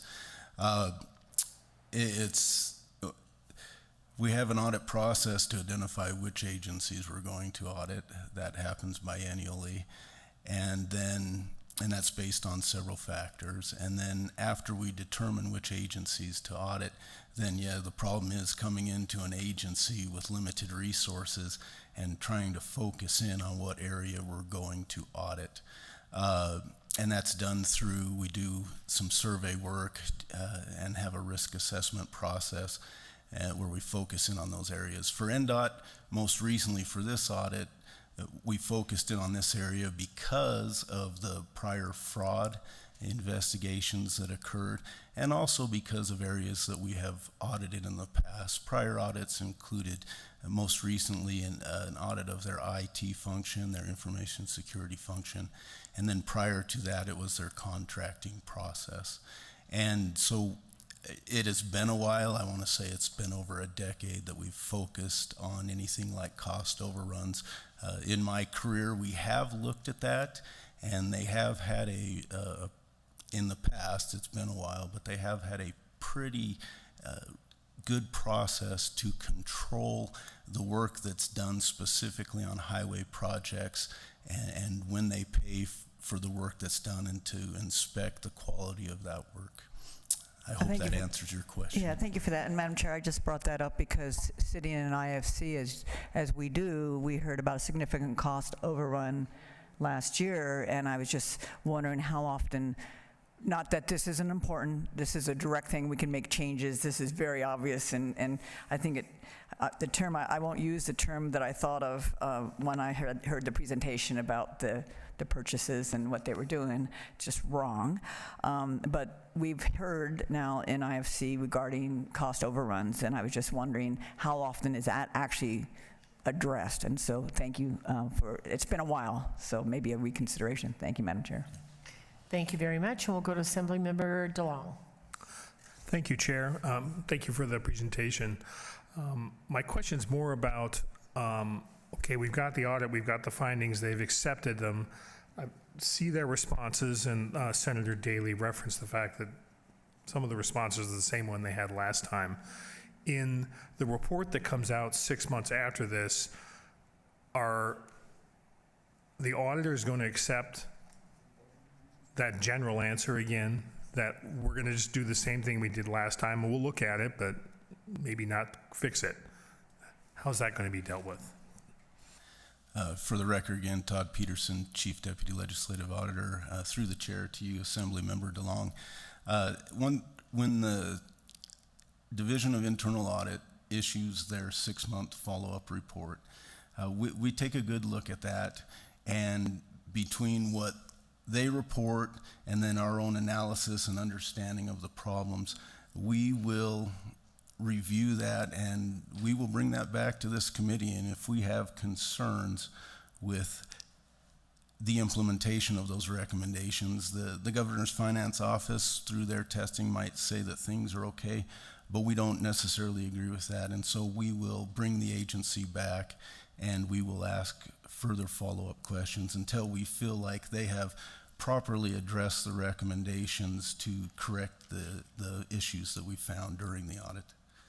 Thank you very much. Thank you, Chair.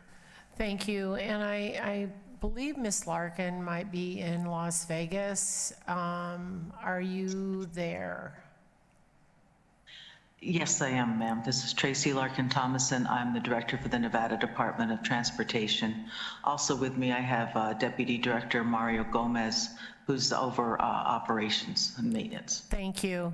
And I guess my question is sort of the obvious, but when I see some of the things that they have discovered, whether it's improper signatures, whether it's tires that aren't on the cars, whether it's matte black wheels and low profile tires, I mean, how does this stuff happen? I really honestly am having trouble wrapping my head around this. So I get maybe something slips through the cracks once in a while, but matte black tires and window tinting, I mean, those are pretty obvious things. I mean, a drop kit to lower the vehicle, how does that happen? There's a question in there.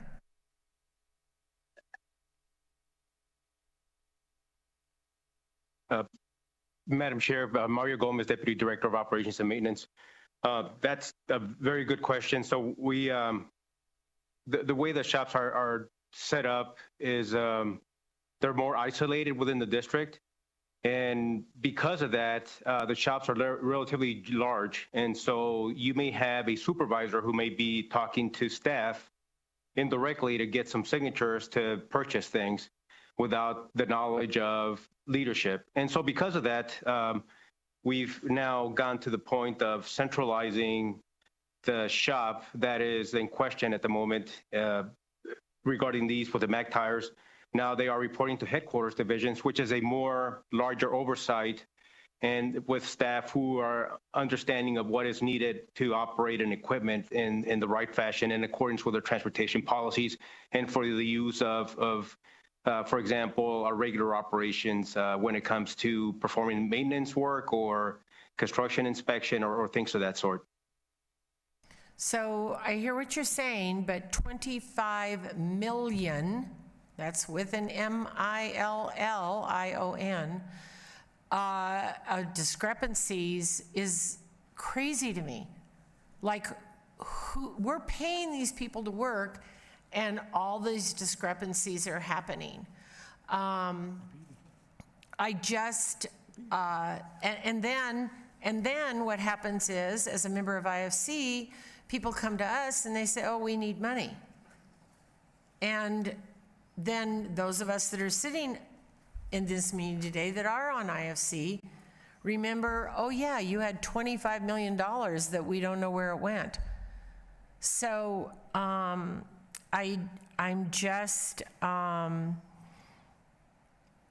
just amazed, and I see that you've accepted all the recommendations. So I'm assuming if you come to us for money at IFC, you won't need that much because you will have fixed all this and have that 25 million back in the bank. Senator Titus, did you? Oh, Assemblymember Anderson. Thank you, Chair. So I'm very similar with the flabbergasted information. But I am going to bring up something that is on the bottom of page 12 of the information. It has to do with the policies and procedures, and I believe that Senator Daley also alluded to this. The bottom paragraph starts off with policies and procedures provided by staff were outdated or lacked clarity. It appears that management provided policies and procedures from 1987. Is that, first of all, the most up-to-date policies and procedures? And then number two, it appears that possibly similar answers have been given in the past. What is the plan for how to update these policies and procedures, especially when we're looking at error rates up to 9,000% that possibly could be identified in some of the records?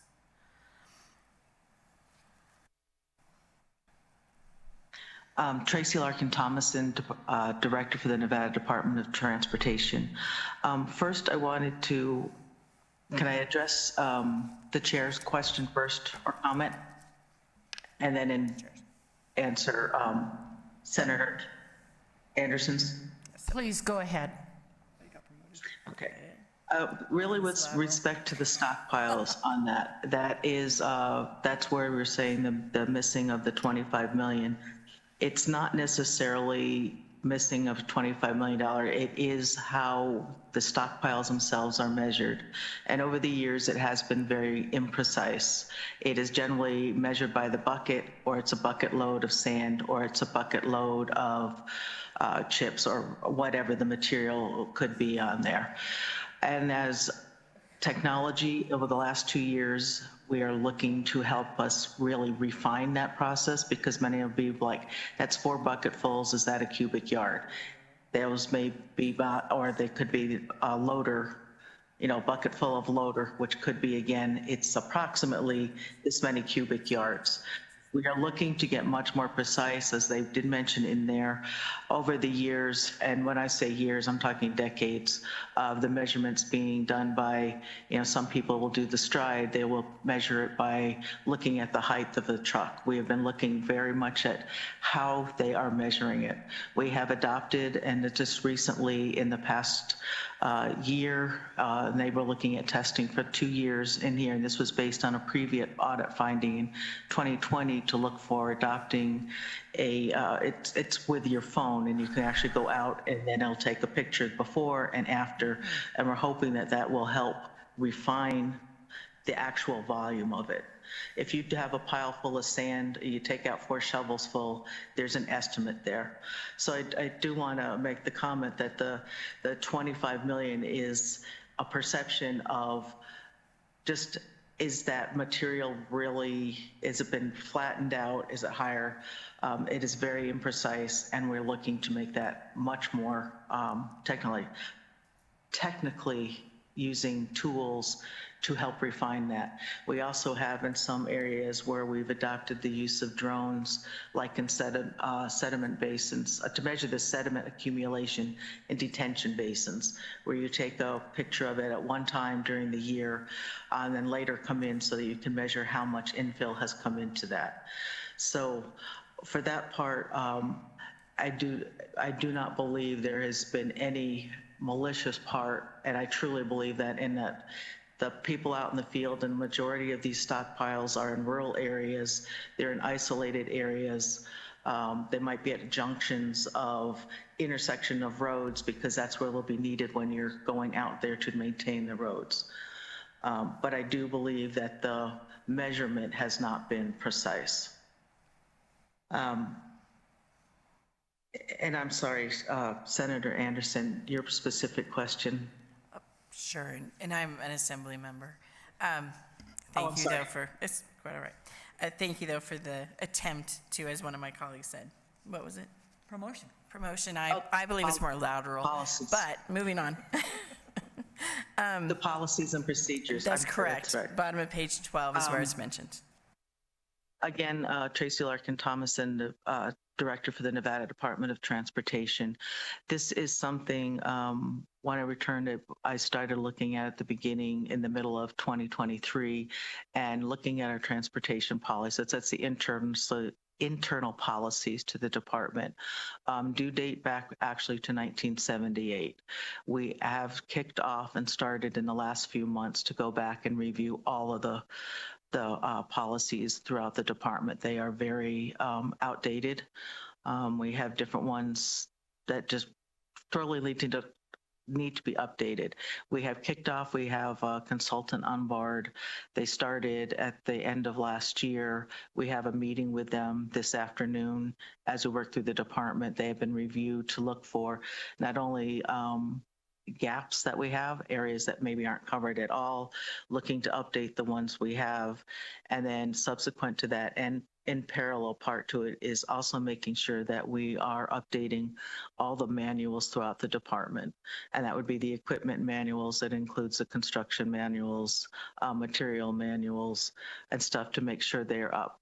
Again, with the technology, the fact that these policies no longer have to be paper in a binder, that we can make it more digital. That will also help with keeping it, to make sure that everyone has the most correct copy and the updated copy throughout the department, and also easier to make sure that on a yearly basis they're reviewed, so that we don't go through where we're looking at 20 or 30 years of gaps. These are things that we did have really aggressively started to take a look at to update.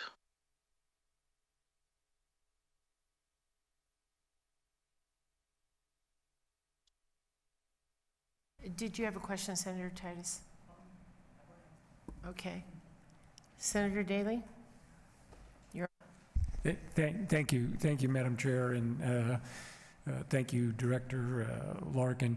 And some of my questions, I think, can be answered, and I think you answered some of them. But in a little bit in defense of DOT, I've dealt with DOT in my previous positions for a long time, a lot of different directors.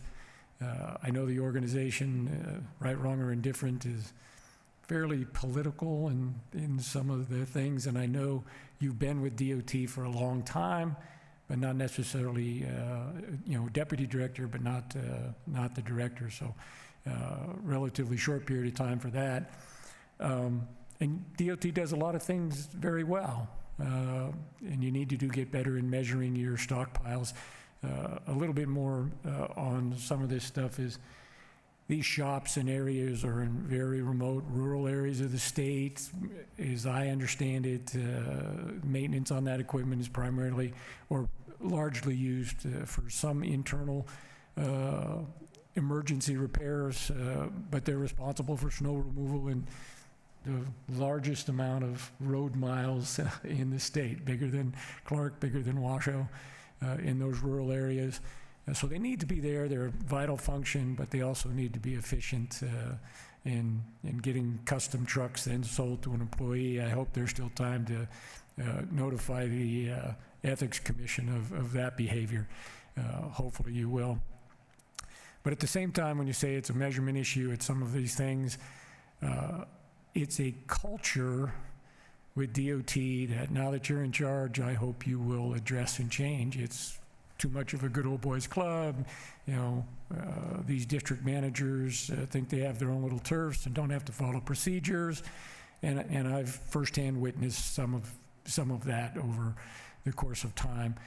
But now that you're there, I'm hoping that you can recognize that culture and tell these people they got to follow the procedure, or there will be a price to pay. Because there certainly will be when we get an audit like this.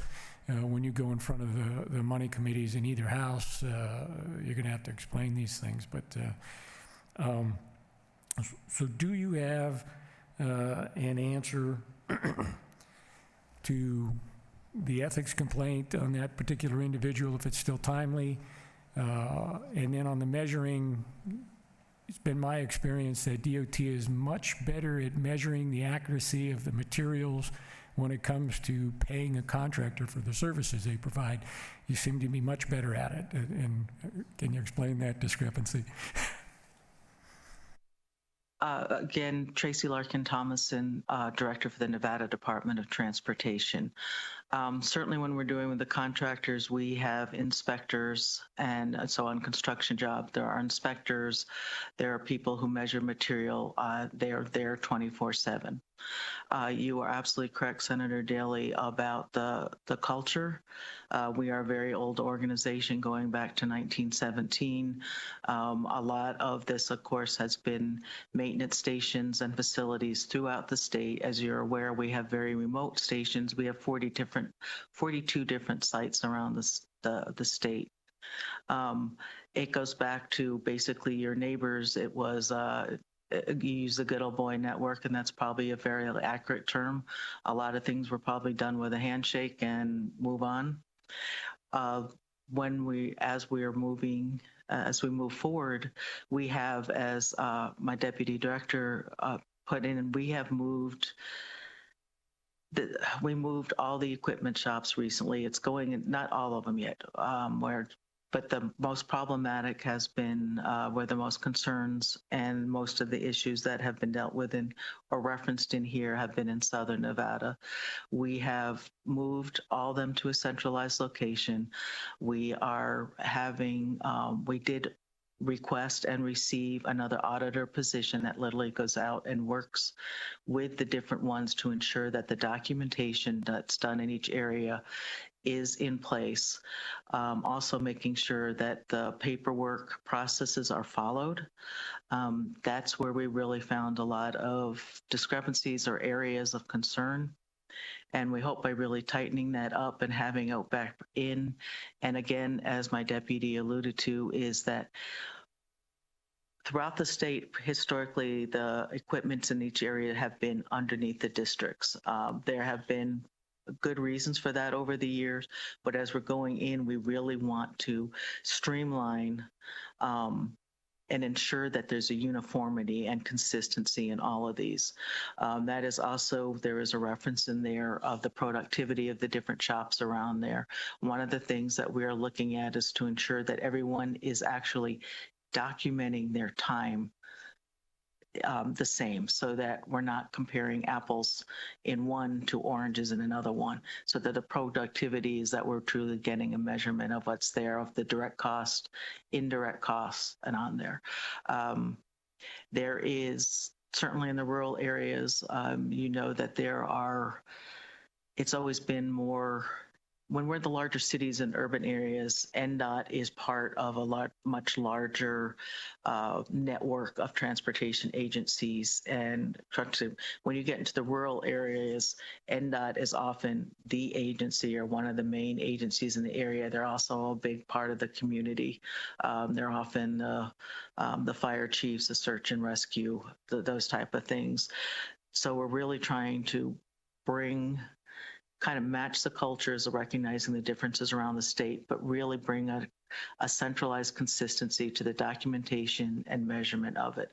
These are things that are in process, and we will be, of course, reporting, as stated earlier, in the 60 days time, and then again in 6 months time on how the efforts we've put in place are, if it's really helping to bring in, and if not, then we'll have to look at other ways to do that. I hope that answers your question, sir. I think so, and if I can follow up, Madam Chair, and I understand some of the processes and things that you have to look at and go through, and the role DOT plays, especially in the rural parts of the state. And you would look at some of these and say, oh, this is inefficient, just close that one down. But you look at it, you have to maintain a level of service, so you have to be in that area. So you want to create the efficiencies. I think it's a matter of the culture, like you said, you acknowledge that it needs to change. You don't want these types of issues to be the face of DOT. You want on-time completed projects and addressing, the core function of maintaining safe and roads throughout the state. You don't want this to be the face.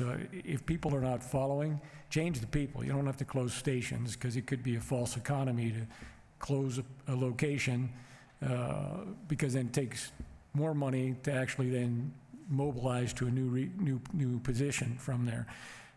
So I understand there's nuances and you got to get there. I think it's a matter of you have people that are under your control or subordinates, and they are just flat out, according to this audit, not following the recommendations from the last audit. And I hope that culture can be addressed. Thank you. Thank you very much, and thank you for those comments, Senator Daley. I concur. All right. With that, I will, don't see any more questions, so I will take a motion to approve the report. Senator Daley, thank you very much. A second from Assembly Member Anderson. Any discussion? I'm good. All those in favor say aye. Aye. All those opposed, motion passes. Thank you very much. And we will go on to the Department of Administration Mail Services Division, Operations and Billing Processes. Welcome, Mr. Cole and Ms. Gates.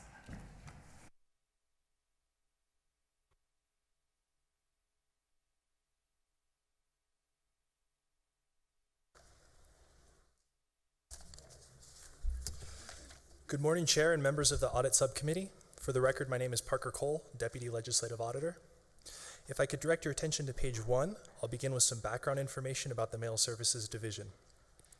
The division provides mail services to participating state and local government agencies in the Carson City, Reno, and Las Vegas areas.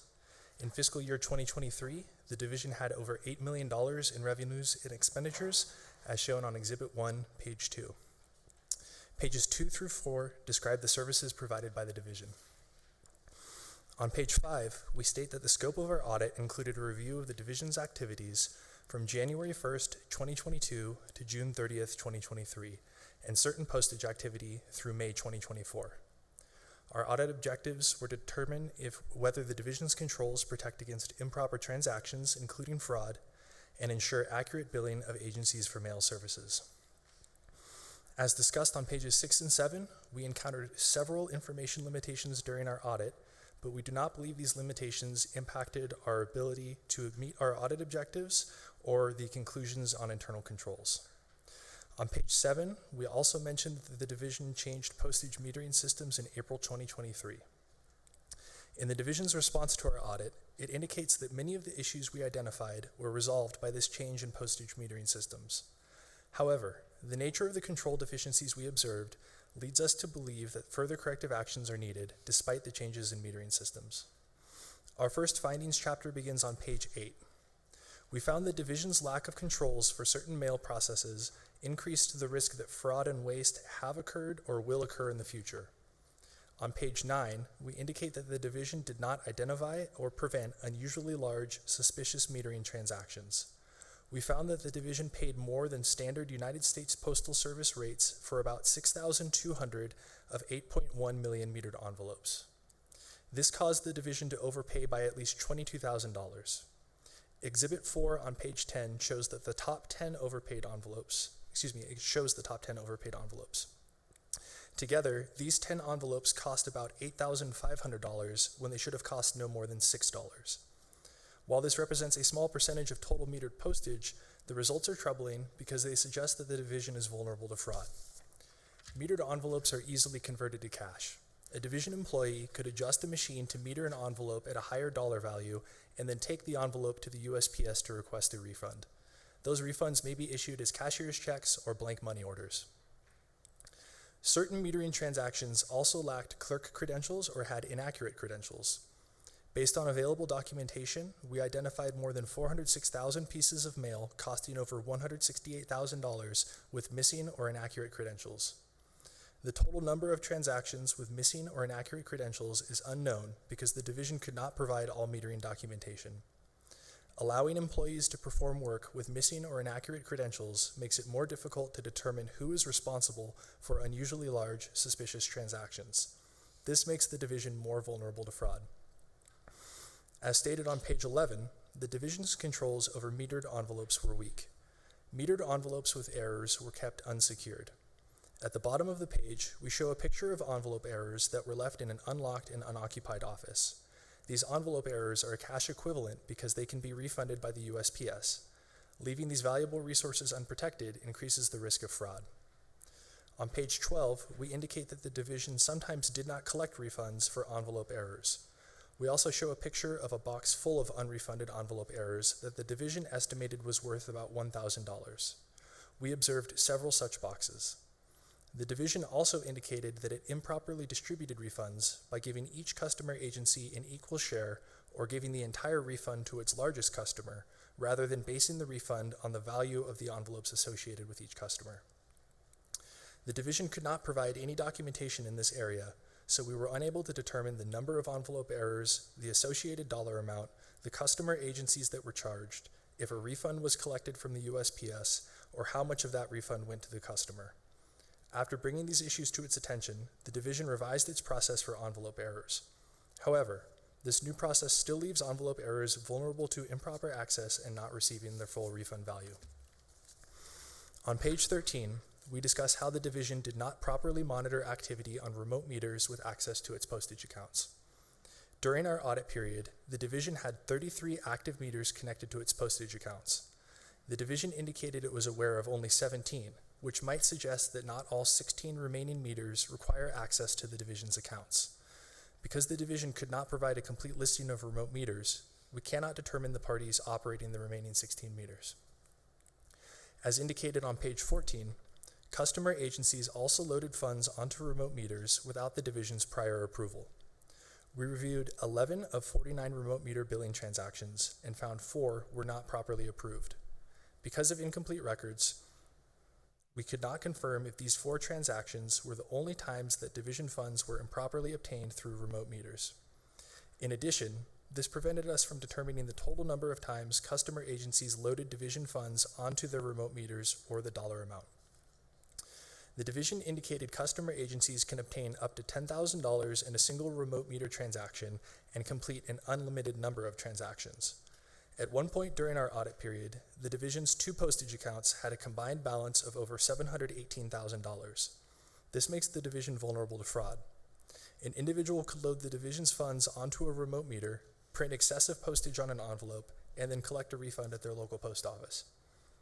On page 15, we discuss how the division did not ensure criminal background checks were performed for either its permanent or temporary staff. Because the division assembles mail during its production work, clerks routinely have access to the contents of letters that contain personally identifiable information such as social security numbers, home addresses, and personal identification numbers for public assistance benefit accounts. A lack of background checks leaves sensitive information vulnerable to persons with unknown criminal histories and increases the likelihood of identity theft. On pages 16 and 17, we list 10 recommendations to reduce the risk of improper transactions. Chapter 2 findings begin on page 18. We found the division does not have a sufficient process to ensure it accurately bills customer agencies. As stated on page 19, postage metering data used by the division to generate billings contained significant system errors. The division physically moved some of its postage meters, resulting in duplicated charges and flawed counts of the amount of mail it processed. We reviewed more than 206,000 metering transactions and found 3 system errors caused by moving postage meters. These errors resulted in $4,400 being double billed to customer agencies and inflated the count of mail processed by the division by roughly 29 million pieces. The division could not provide documentation for how it adjusted these errors out of its billing data. We also found 1,052 metering transactions that were incorrectly recorded shortly after midnight. These transactions amounted to almost 1.6 million pieces of mail, totaling over $756,000. The division could not confirm if any of these transactions were valid and simply recorded at the wrong time, or if they represented work not actually completed by the division. The division indicated it absorbed some portion of the approximately $756,000 as a loss, but could not provide documentation of the amount. It further indicated that it billed customer agencies for the remaining portion, but could not provide the invoices. On page 20, we detail the inaccurate billing data generated by the division. Our testing revealed more than $83,000 in underbillings and $59,000 in overbillings. We also found nearly $178,000 that was billed to customer agencies, but the division could not provide documentation for any of this postage metering. Due to data limitations and incomplete records, we could not determine the exact amounts of these inaccuracies. Underbilling puts the division's budget at risk because the division does not receive general fund appropriations and its operations depend on the revenue it collects. On the other hand, overbilling causes customers to pay more than they should and undermines the cost-saving function of the division. Finally, charging for work that cannot be documented weakens the division's ability to justify its billings. Exhibit 5 on page 21 provides a table of these billing inaccuracies by month. Additional billing inaccuracies are also described on page 21. 6 of the 10 unusually large, suspicious metering transactions described earlier were double billed.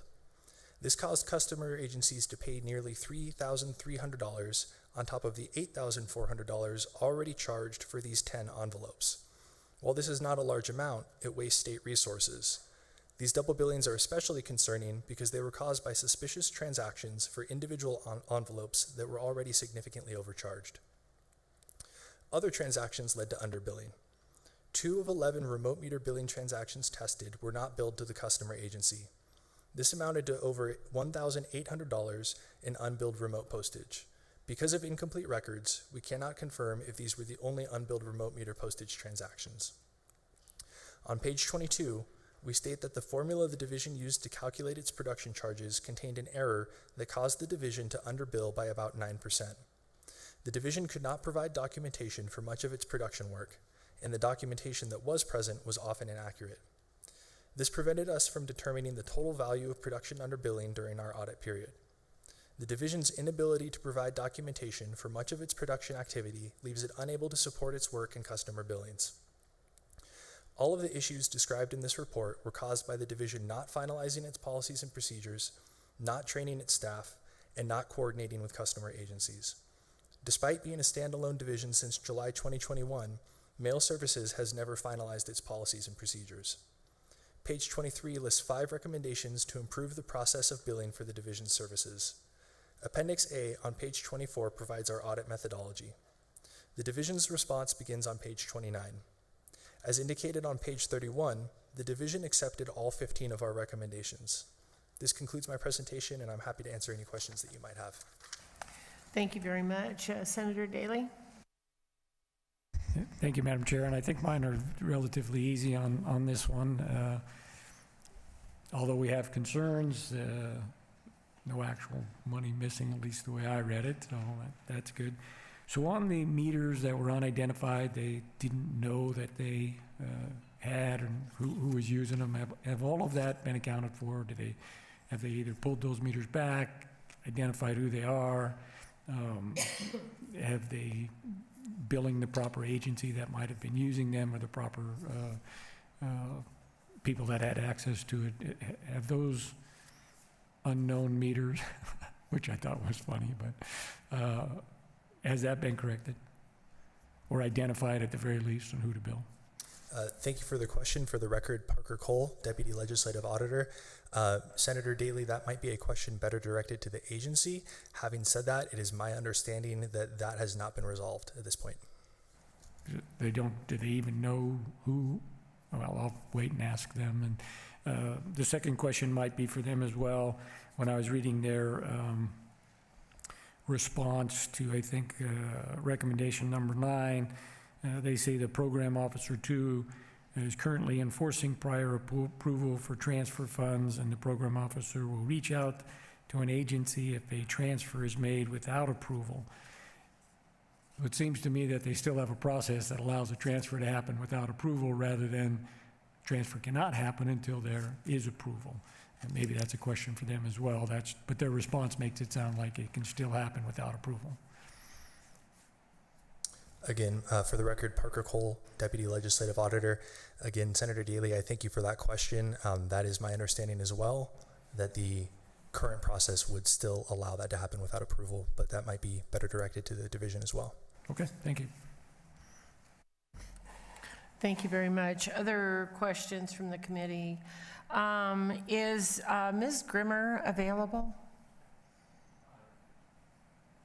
Is there anybody here from the department? Okay, all right. I just wanted, yeah, I didn't see her, but I didn't know she was in Las Vegas. Just wanted to make sure that someone here was from the department, because you know, these audits are really important, and I think that it's important that we are good stewards of public money. And I always say, with public money comes public accountability. And so with that being said, when we see things like this, you know, I just always want to make sure you've accepted all the things that are recommended. And so I just want to make sure that we can be assured that these things are going to be followed through, and that the next meeting that we're here, we're not going to be saying, gee, we need to audit you all again. So I would appreciate that, and giving that information to Ms. Grimmer. All right, any other questions? Okay, with that, I will take a motion. Senator Titus, a second. Senator Daley, any discussion? All those in favor say aye. Aye. All those opposed? Thank you very much. Motion passes. And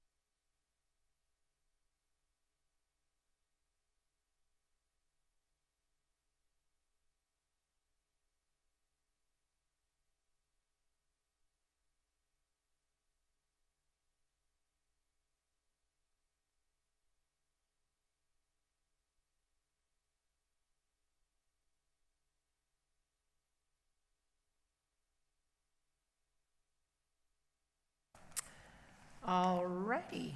The next agenda item will be item 4D, Department of Administration, State Public Works Division, Project Identification, Cost Estimation, and Reporting. And we welcome Ms. Cruz and Ms. Eidelbeam. Am I saying that right? Eitel? Thank you. All right, please go ahead when you're ready. Good morning, Chair and members of the Audit Subcommittee. For the record, my name is Lupita Cruz, Deputy Legislative Auditor. If I could direct your attention to page 1, I will begin my presentation with some background information. The State Public Works Division was created in 2011 within the Department of Administration from the State Public Works Board and the Buildings and Grounds Division. In 2023, the number of state buildings overseen by the division was 2,400. Oh, okay, sorry. Okay.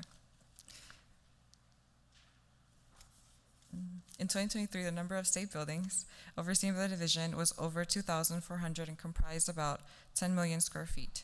The mission of the State Public Works Division is to provide well-planned, efficient, and safe facilities to state agencies so they can effectively administer their programs. The division consists of 4 main sections listed on pages 1 through 2. As of May 2024, the agency had 146 authorized positions, with 120 of those positions filled. The division has offices in Carson City and Las Vegas. On page 2, Exhibit 1 shows the division's fiscal year 2023 administrative expenditures by function. Continuing at the top of page 3, we described our audit scope and objective. The scope of our audit focused on the division's activities from July 1st, 2020 through June 30th, 2023, and included capital improvement program projects approved in 2019. Our audit objective was to determine whether the division had adequate controls to identify, complete, and report on construction projects. On page 4 begins the first chapter of our findings.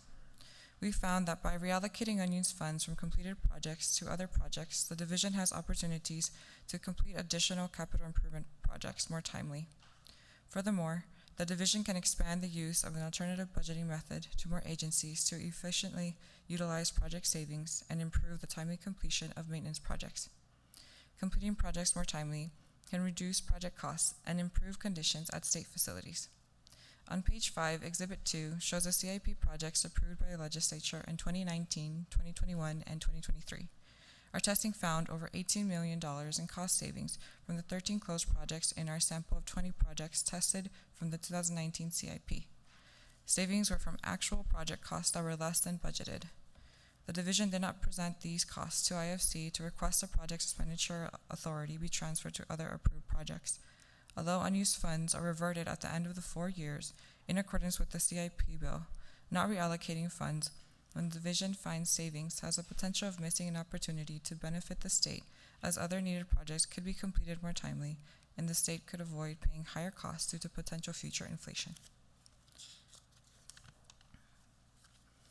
On the bottom of page 6 and continuing to page 7, we discuss expanding an alternative budgeting method to more departments. This involves including additional maintenance projects in the CIP portion of the state's executive budget, so project savings can be reallocated to other deferred maintenance projects without the need for IFC approval.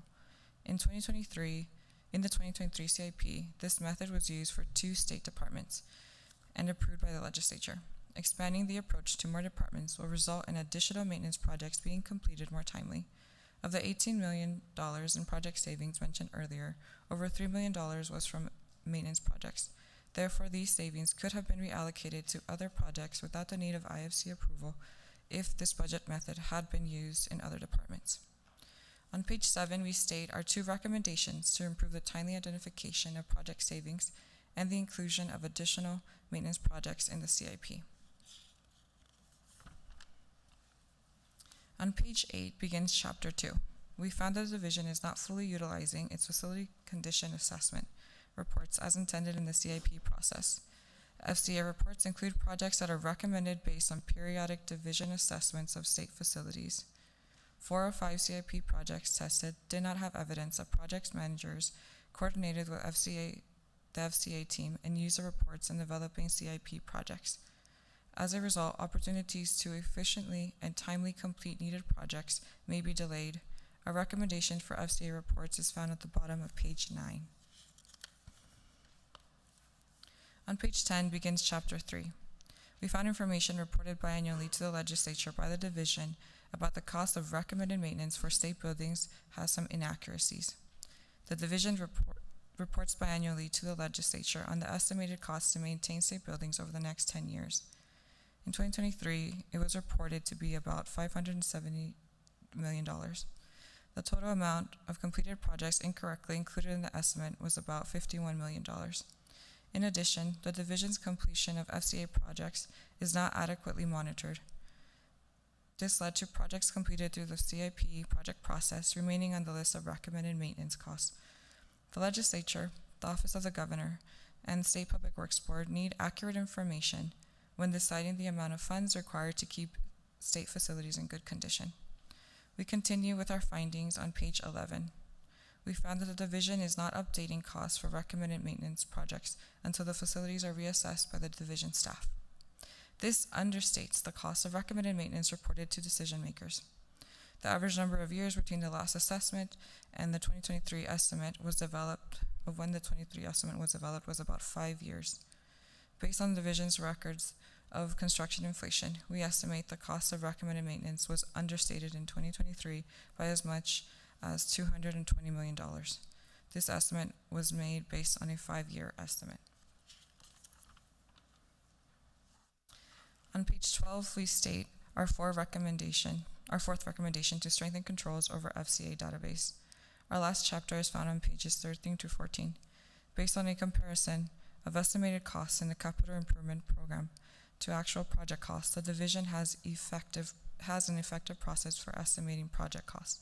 However, the division needs to retain documentation of information it uses to develop cost estimates for projects included in the CIP, to allow for greater oversight and to enhance the accuracy of the process.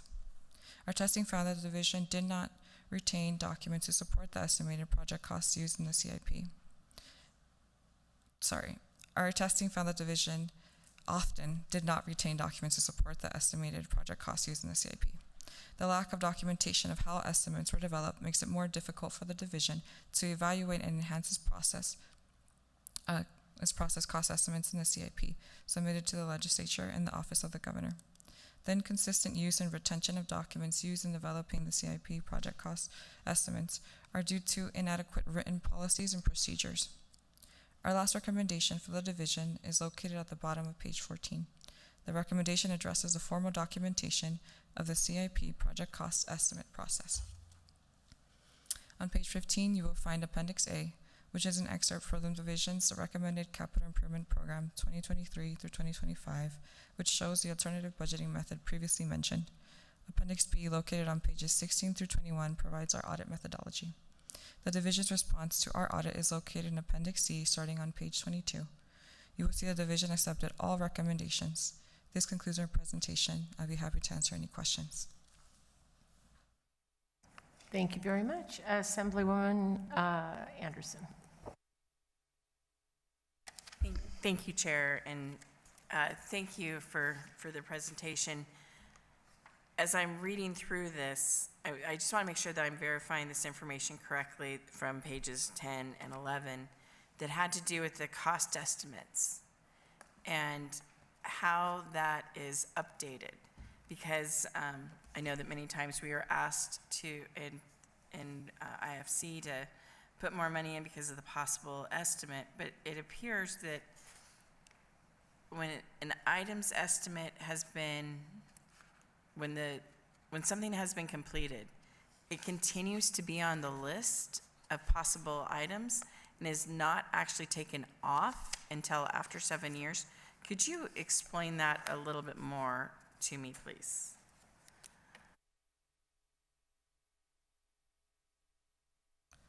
Lupita Cruz, Deputy Legislative Auditor for the record, to chair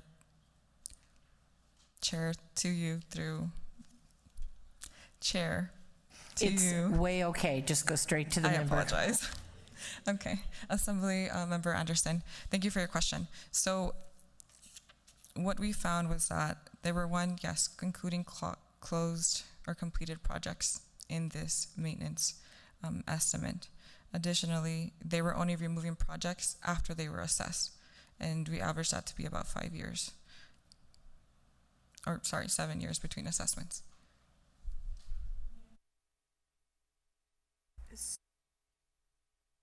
So just to verify that there are times then, and this is based upon what is written on the page, I want to make sure that I'm understanding this, that the estimate continues to be present on the information presented to us, and then we possibly have to put more money in because we want to make sure that we've got this correct. But at times, that can cost us up to $220 million on paper. I'm really floored by this. Recommended maintenance is sometimes so not updated for us to make a wise decision. So I'm making sure that that's, if I'm understanding that correctly. Assemblymember Anderson. So, for the record, Lupita Cruz, Deputy Legislative Auditor. This is the estimate cost. This is to maintain, what it estimates is the maintenance of buildings for the next 10 years, and it's derived from the division's assessment of state buildings and surveys of state agencies. Now, we use the construction inflation used by the division to then estimate what the inflation would be or would have been in 2023, and that's where we got that $220 million. These costs for the projects listed or included in this maintenance estimate, they are not inflated during the time between the assessment and then presenting the numbers. Thank you for that clarification. Thank you, Chair. I might have more later, but thank you. Thank you very much, Senator Titus. I just want to thank you, Madam Chair. I just need a little follow-up on that. So just what we're looking at on the paragraph that my colleague addressed here regarding the removing of the projects, but these are actually maintenance projects that are ongoing, and so to maintain a building, it costs X amount of dollars, the grounds, the keeping the HVAC going, keeping the roof from leaking, all those things are X dollars. And what you pointed out is that they were not redone. So they would stay on the books, right? Because there's ongoing maintenance, and that's assessed every 5 years, and so it looks like it may be assessed every 7 years. So those things should be staying on the books because there's continual maintenance. Or you're pointing out that they're not updated often enough? Lupita Cruz, Deputy Legislative Auditor, Senator Titus. What we're pointing out is that within this list that is being presented, or sorry, not list, but this cost that's being presented, for example, in 2023, there were already completed projects that were still in that figure, included in that figure. And those projects could have been completed by the agencies. It could have also been completed by the division, and there was no proper monitoring of that, removing of those closed projects. I see. So it's a one-time project where they needed a new refrigerator or whatever, and that was replaced, but then that doesn't get removed from the cost. Is that what you're saying? Not ongoing maintenance? That's correct. Thank you. Any additional? Senator Daley. Just a comment more than a question. I did have a question for the agency, but it can wait for another time. But on this particular one, I just wanted to say that I didn't see any mention of fraud, and I didn't see any mention of waste. I've read a lot of audits, which is good. And the recommendations to me were things they do, but they can do better to increase some efficiencies.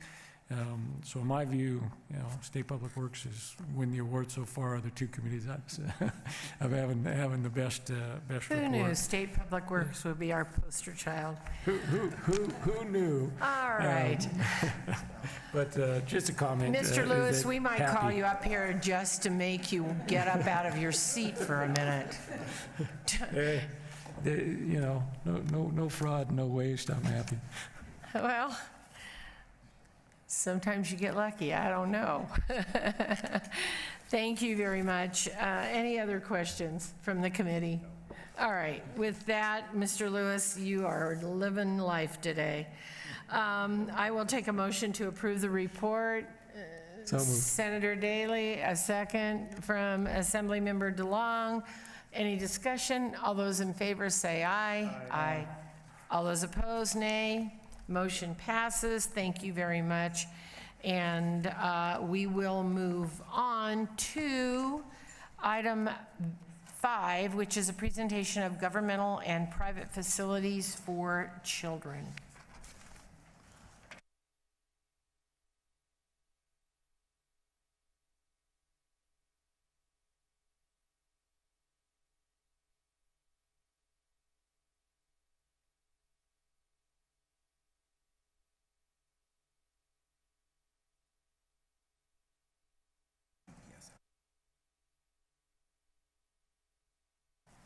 Welcome, Ms. Cornelia Swift and Ms. Otto. Thank you.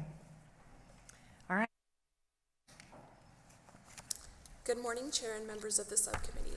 For the record, my name is Haley Cornelia Swift, Child Welfare Specialist. I am here to present our Governmental and Private Facilities for Children Inspections Report for 2024. Our work was conducted pursuant to NRS 218G.570 through 218G.595, which requires us to determine if Nevada facilities defined in statute adequately protect the health, safety, and welfare of the children in the facilities, and whether the facilities respect the civil and other rights of the children in their care.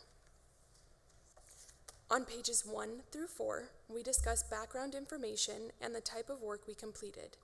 As of June 30th, 2024, we identified 102 facilities that met the requirements of NRS 218G. We completed inspections of 36 of these children's facilities. On pages 4 through 5, we discuss our inspections of 7 children's facilities where we identified multiple issues that caused us to question whether each facility adequately protected the children in their care. Continuing to pages 5 through 12, we discuss 2 Ignite Teen Treatment LLC facilities, Lone Mesa and Romo. Ignite Teen Treatment LLC, Lone Mesa and Romo are psychiatric residential treatment facilities licensed by the Bureau of Healthcare Quality and Compliance. We inspected the facilities in September 2024. These were our first visits to the facilities. Some of the significant issues noted at one facility included observing employees were unable to control children, resulting in 3 children running away, a child climbing on the roof, a child breaking a window, and a child breaking the door to a secure storage room with laundry supplies during our inspection. 3 nicotine vapes were found in a child's belongings, and a child that ran away during our inspection brought back a nicotine vape and hid it in the front yard. The pool and hot tub were unsecured due to a broken gate. Children also accessed the roof through this broken gate, including a child who had a history of suicidal ideation. A child was injured as a result of a restraint, and documentation was missing to support the child received medical care. Another child was hospitalized as the result of a restraint. We observed broken windows and glass shards. Windows were boarded up, preventing egress. Electrical wiring and sprinkler lines were exposed, and sharp items and tools were unsecured, all of which could be used for self-harm. 9 children were also using 1 bathroom.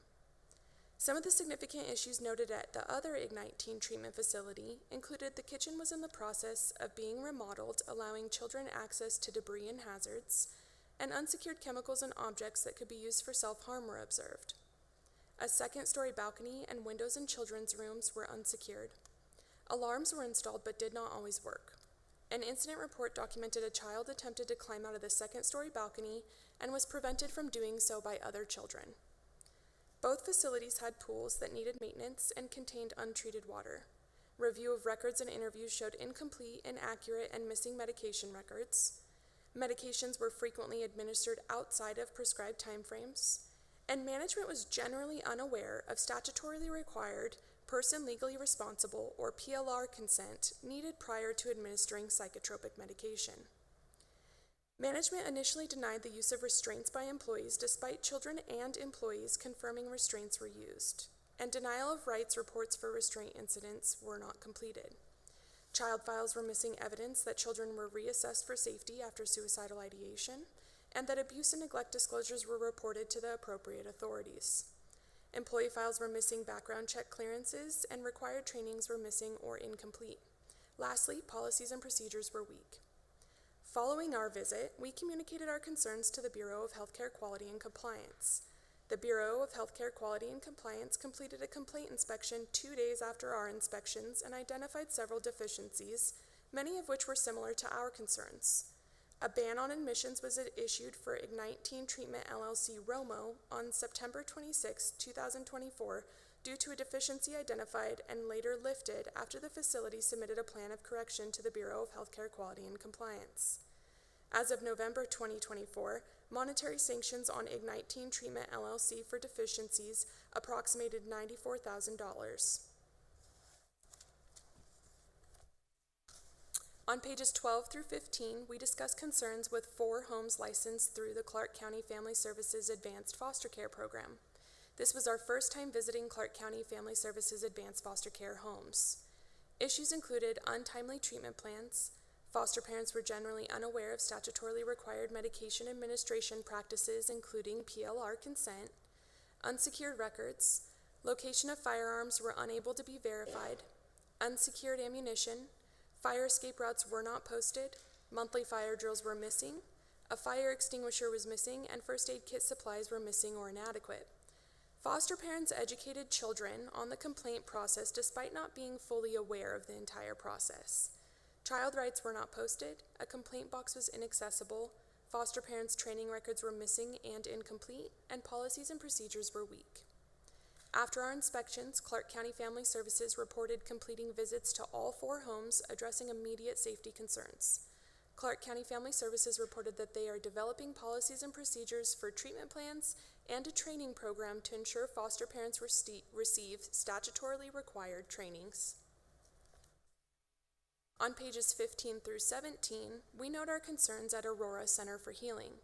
Aurora Center for Healing is a psychiatric residential treatment facility and is licensed by the Bureau of Healthcare Quality and Compliance. Issues included missing medication, incomplete, inaccurate, and missing medication records. A child was administered a medication not prescribed to them and the wrong dose of a medication, and medications were not available at the facility for several days despite being prescribed. Additionally, a child file contained documentation that a child expressed suicidal ideation, but there was no evidence of increased supervision. Glass shards and other sharp objects were observed which could be used for self-harm. Fire escape routes were not posted, employee training records were missing and incomplete, and policies and procedures were weak. Following our visit, we communicated our concerns to the Bureau of Healthcare Quality and Compliance. The Bureau of Healthcare Quality and Compliance completed a complaint investigation in June 2024 and identified several deficiencies, many of which were similar to our concerns. Facility management reported they addressed immediate safety concerns and revised certain policies and procedures after our inspection. On pages 17 through 19, we discuss other general concerns noted at facilities that otherwise did not cause us to question the health, safety, welfare, and civil and other rights of the children in their care. Trends observed and noted included fire safety concerns, lack of compliance with denial of rights reporting for health facilities, lack of documentation of compliance with mandatory reporting requirements, and lack of documentation of fingerprint submission documents for health facilities. In addition to facility inspections, we review complaints forwarded to our office from facilities. This information is located on pages 19 through 21. NRS 218G requires facilities to forward to the legislative auditor copies of any complaint filed by a child under their custody or by any other person on behalf of such a child concerning the health, safety, welfare, and civil and other rights of the child. We received 2,039 complaints from 45 facilities in Nevada for the fiscal year. The other 57 Nevada facilities reported that no complaints were filed during this time.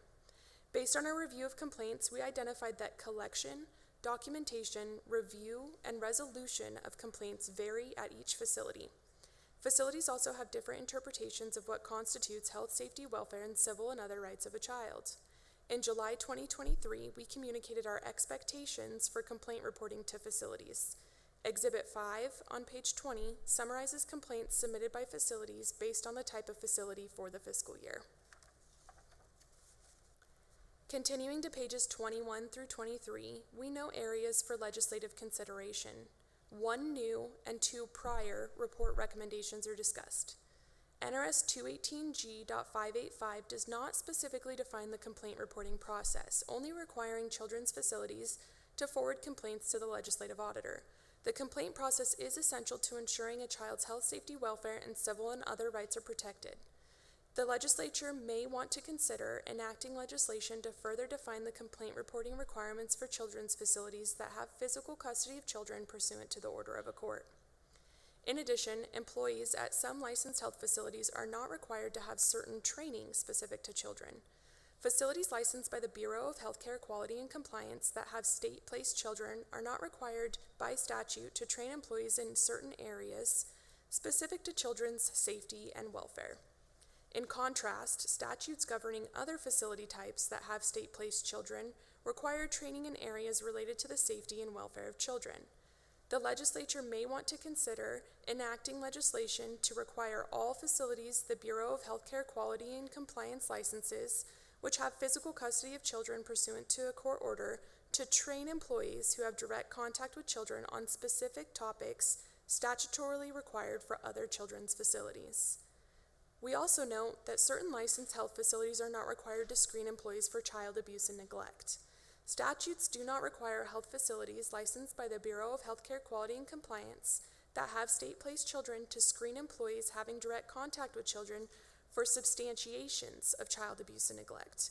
In contrast, statutes governing other facility types that have state-placed children require a review of the Central Registry of Information concerning the abuse or neglect of a child prior to an employee's hire. For all children that have child abuse and neglect screening requirements, only one facility under our purview is required to complete repeat screenings of employees who have direct contact with children. This allows for the opportunity of a substantiation of abuse or neglect during an employee's tenure to go unnoticed. The legislature may want to consider enacting legislation to require all facilities the Bureau of Healthcare Quality and Compliance licenses, which have physical custody of children pursuant to a court order, to screen employees who have direct contact with children for substantiations of child abuse or neglect before hire. Also, the legislature may want to consider enacting legislation to require all children's facilities that have physical custody of children pursuant to a court order to screen employees who have direct contact with children periodically for substantiations of child abuse and neglect. Appendix B on page 28 contains a list of inspections we completed. Appendix C on pages 29 through 34 provides some background population and staffing information on the 102 children's facilities in Nevada. That concludes my presentation. I would be happy to answer any questions the subcommittee may have. Thank you very much. This always makes me nuts. I feel like we do such an injustice to our kids. It's just unbelievable to me that we have pictures of facilities that operate like this. Question, Senator Titus. First, thank you very much for the presentation and your findings. I have a couple questions, if I might. When I first saw the presentation, when I did my preparation for this, we were looking at, an audit. I'm thinking of a fiscal audit, but it's sometimes just money's not enough. And thank you for doing that next step of looking at, obviously, the safety and welfare. But what I'm not seeing in here on that audit and the fiscal component is, one of the big questions I have is where's Medicaid fraud and abuse is a big topic out there. And I think many of these children that are in these facilities operate under reimbursement from Medicaid. Was that not part of what you were doing this time around, looking at possible Medicaid fraud or abuse? Thank you for your question, Senator Titus. For the record, Haley Cornelia Swift, Child Welfare Specialist. Our project is an ongoing special project that is actually not in accordance with auditing standards, and under NRS 218G.570 through 595, we're required to assess for the health, safety, and welfare and civil and other rights of the children. Thank you for that clarification. And then on that, if I might follow up on that, the ones that what you are charged on doing, back on page 5, you state that the Bureau had already had 9 complaints on these facilities prior to you having your complaints. Did the Bureau not engage and make changes prior to you were there, or was it all kind of coming in at the same time, so they hadn't had time to either remove their licenses, remove the kids, or deal with the 9 prior complaints. Some of what you've mentioned, the Bureau saw what you saw about the same time, but that one has me concerned. Again, thank you for your question, Senator Titus. Haley Cornelia Swift, Child Welfare Specialist, for the record. When the Bureau of Healthcare Quality and Compliance completes complaint investigations at facilities, they will issue what's called a statement of deficiencies to the facilities, and they request a plan of correction back. However, specific to the 9 complaints completed before our inspection and complaints completed after our inspection, I would defer to the Bureau of Healthcare Quality and Compliance to answer that. Thank you. Additional questions? When I look at this report and I see that they don't even meet minimum requirements or standards, it's just mind-boggling to me that we have the most vulnerable of children in those positions. And I think maybe you said this, but what is the timeline when we have a report like this about these facilities that have electrical wiring exposed, laundry detergent, guns, whatever it is that are exposed to these kids? What kind of a timeline? Are they closed instantly? Can you clarify some of that? Are they left to go on and we just keep our fingers crossed that nothing happens to these kids? How does this get rectified? Thank you, Senator Dondero Loop, for your question. For the record, Haley Cornelia Swift, Child Welfare Specialist. Each licensing agency responds to the facilities that they manage in accordance with statutes or their own policies. What we do when we go out and complete these inspections is if there is an immediate safety concern, we contact the licensing agencies to remedy the situation or to communicate our concerns. Specific to these facility types mentioned in this report, we do have representatives from Clark County Family Services and the Bureau of Healthcare Quality and Compliance that could communicate what they did upon receiving this information. Thank you very much. And I might ask if our representatives could come forward to the table.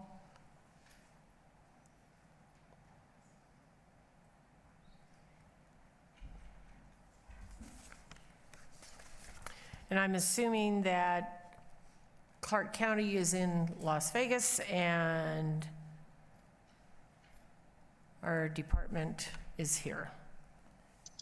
Mr. Devine, would you like to go ahead, or is that who you are? That's who I have on my list. I hope so. Yes, I'm Kyle Devine. I Go ahead. act as a Deputy Administrator for the Division of Public and Behavioral Health.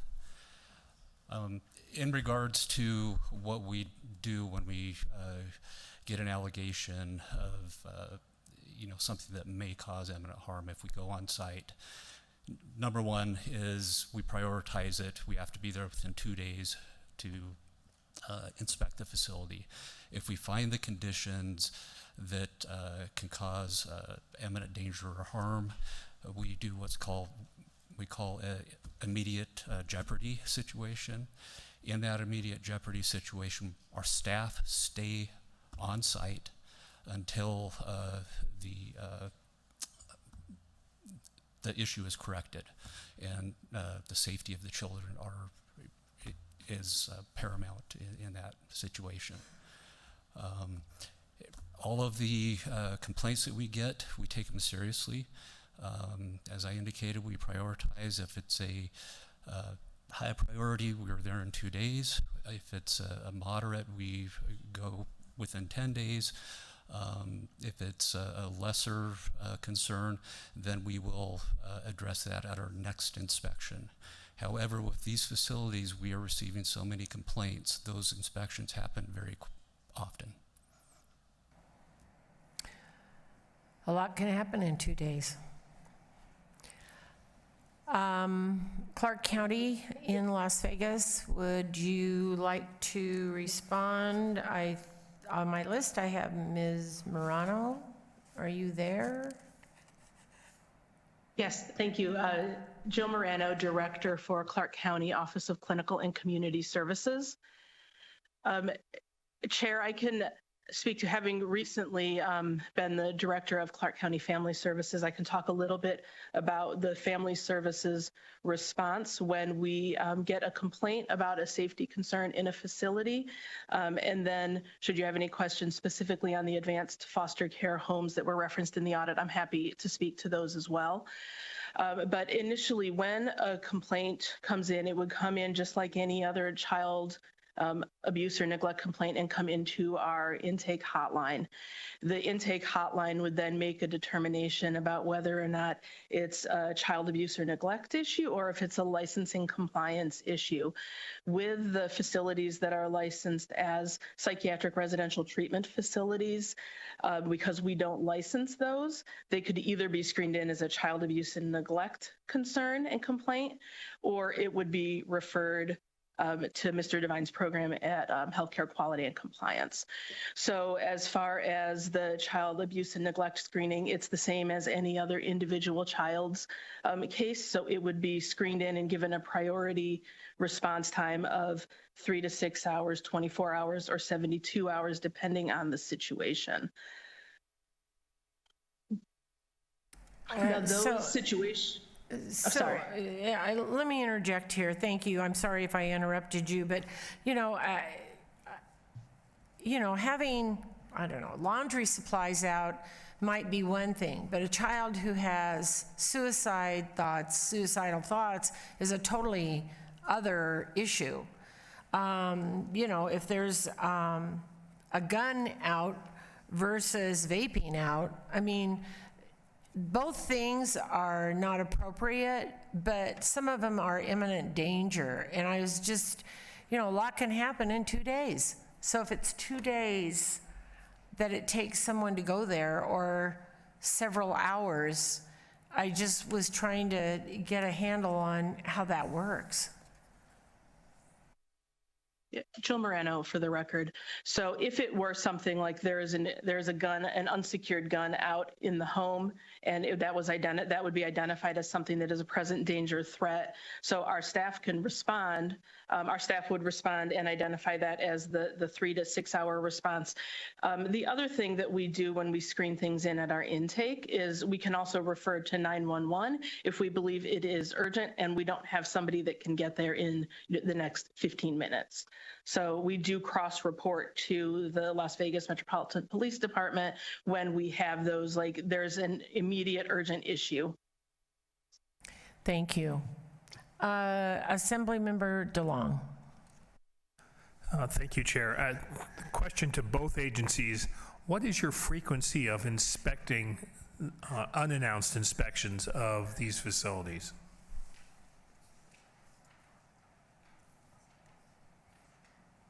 Madam Chair, if I may. Jill Moran. We're going to come here to Carson City and let Mr. Devine answer, and then we'll go to you. Thank you. Kyle Devine for the record. Could you repeat the question? I'm sorry. So for the facilities under your jurisdiction, what's your frequency of unannounced inspections? I can tell you our regular periodicity for a psychiatric residential treatment facility is once every 6 years. But as I indicated, we are more of a complaint system, and we respond every time we get a complaint, and the frequency of those complaints, it varies based on the facility. The two we are talking about now, I received a complaint last week on one of them, and we're investigating now. So it's kind of circumstantial, but even though the periodic inspection is once every 6 years, we're in there several times a year. And anytime we find anything that may be abuse or neglect, we go ahead and refer that to the Division of Child and Family Services or the other welfare agencies. We also communicate our findings to the State Medicaid Office, who may be funding some of the kids placed in those facilities. Did you say complaint department? The reason I'm struggling with this is because if I'm a child and I'm in an unsafe situation I'm being sexually abused, the parents are using drugs, I don't know what, take your pick. And I don't report it because I'm scared, or I want to have a place to live. Because I'm a 8-year-old. By the time 6 years goes by, I could be dropped out of high school and on my way. Kyle Devine for the record. Yeah, the system we have right now is a complaint-driven system. The idea is, we take complaints from anyone, whether it's the child, whether it's people working in the facility, whether it's a parent, guardian, whether it comes from the Division of Child and Family Services, law enforcement. So the idea is that we can't be in the facility all the time. The Bureau of Healthcare Quality and Compliance, we are not an emergency response bureau. So that's why we rely on referring to the Child Welfare Agency, to law enforcement, whenever we have those eminent allegations given to us. So the system we have, yes, it is a complaint-driven system. We are required to be in at least once every 6 years, but as I said, we're in several times a year investigating complaints and reinvestigating based on plans of correction. I'll go down to Las Vegas. Jill Morano for the record. So the facilities that Clark County Family Services licenses are the foster homes and the advanced foster homes that were in the review. So for those, our licensing workers are required to do quarterly visits in the home. Sometimes they are announced, sometimes they are unannounced. So I couldn't say specifically that those are all unannounced visits. They also are required to do then an annual visit, and then they're relicensed every 2 years. Thank you very much. Any questions? Assemblywoman Anderson, thank you. Thank you, Chair. I don't know if it's a question or not, but thank you for this report. It's very difficult to read and to go through things. At this time, I'm in particular looking at the methodology that is in Appendix D. I share the concerns that I believe have already been addressed. There are some very upsetting information that's been presented today. And probably the largest thing that's most upsetting is what's not stated. Because we all know that sometimes when you have to do a sample and that is judgmental as to where that information is coming from, it's also the roads not taken. And so the sample is not just the facilities that you looked at, it's also the other individuals that were brought up. You know what, it's not a question, but it's more than anything else. It's just a highlight of that second paragraph, almost the halfway through it, where you say civil and other rights included rights as human beings. And reading this, looking at some of the evidence of the weapons that people did not know where they were, hearing of children and young adults that have contemplated suicide and not having the help, hearing about individuals who are already misplaced and feel that they are not loved and seen as people, not even knowing where to make a complaint. I want to highlight that we need to do better as a state. And this is not on you, but even though this was an incredibly difficult report to have to listen to and then also to read, we need to do better as a state. And so thank you for highlighting some of the areas that we need to bring forward so that our most vulnerable individuals are seen as human beings, which is what they are. So I'm sorry, Chair, to go into the editorial in that way, because my mind is going all over the place with so many other questions and concerns, and I realize that there's a time limit, so thank you. It's okay. I think that the Assembly member and I have something in common, and that is that we are educators, and so we are with these children every day. And so these children go from us to an unsafe environment and then back to us. So I think that it feels different to us because they aren't safe.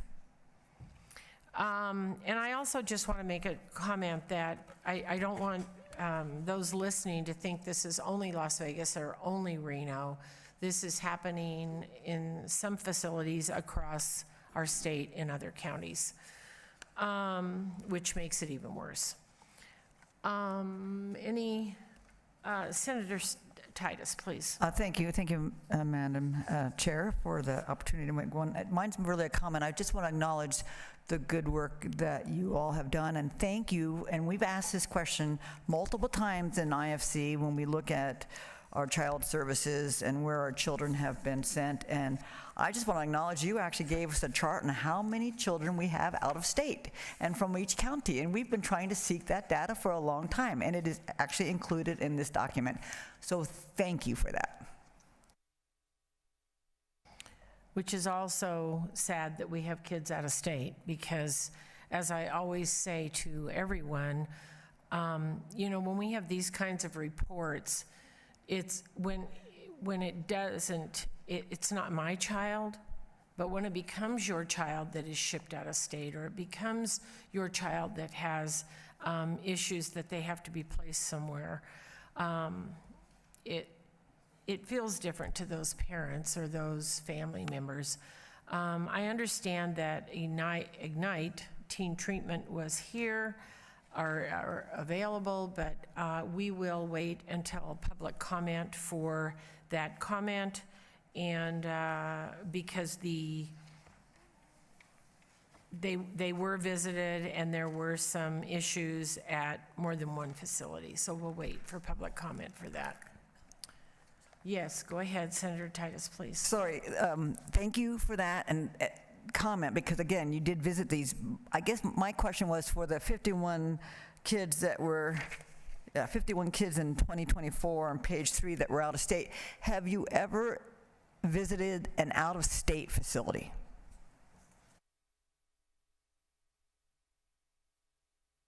Thank you for your question, Senator Titus. Haley Cornelia Swift, Child Welfare Specialist, for the record.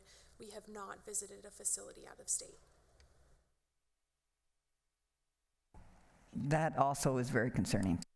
I have no words. I just can't imagine that the state of Nevada is treating our vulnerable children this way. This is, and some of the things are such, in my mind, simple things, like a fire escape route. I mean, I don't know. And by the way, these people get money to take care of these children. Let's just put that on the record. This is not like they're just doing it out of the goodness of their hearts. So they're getting money, and then they're not keeping good records. They're not taking care of the children. They're failing inspections after inspections. Some of them are, like I said, safety, and some of them are medications and what have you. I mean, I could beat the drum for a lot of times, a lot of days and a lot of minutes on this, but I'll let the Assemblywoman at the end of the dais take over. I actually do have a technical question. I've been able to get my emotions in check. When it has to do with children's, is there a specific age, or does this also include our vulnerable adults that might continue to be under special needs? Thank you for your question, Assemblywoman Anderson. Haley Cornelia Swift, Child Welfare Specialist, for the record. For purposes of our review and our purview, we look at facilities that care for children ages 0 to 18. So thank you. So that brings up a follow-up. Has there been any audits for our vulnerable adults that are still considered to be under state, I guess, help.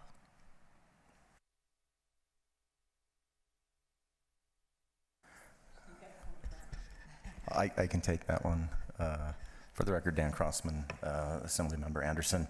Yes, we have done some audits in the past, our community-based living arrangement home audits. I don't want to guess the years back because I'm really bad at that, but it's been a few years, but we have addressed that. Thank you, Chair. All right, with that, thank you very much. I hope that we can do better for our kids. And I hope the idea that 6 years is okay is not okay, and I hope that's fixed. I understand that you say you visit several times, but because the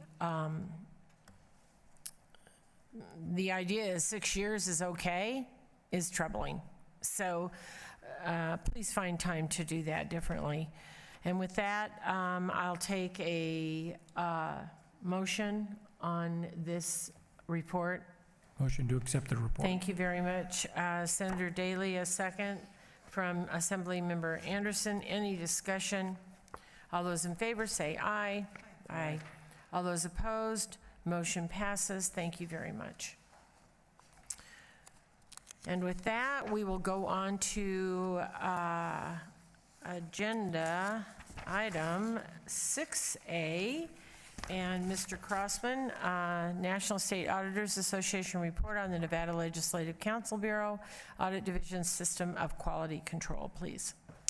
Thank you, Chair. For the record, Dan Crossman, Legislative Auditor. I think this is a really important informational item to just highlight today quickly. You should have in your packet a letter from the National State Auditors Association addressed to my office entitled a peer review report. This report answers that question that few have asked, but many wonder. Who audits the auditors? Well, that question, the answer to that question is that we are audited by experienced auditors from other states. The audit division performs our audits in accordance with very rigorous auditing standards, and those standards require that every 3 years we be subjected to an external peer review.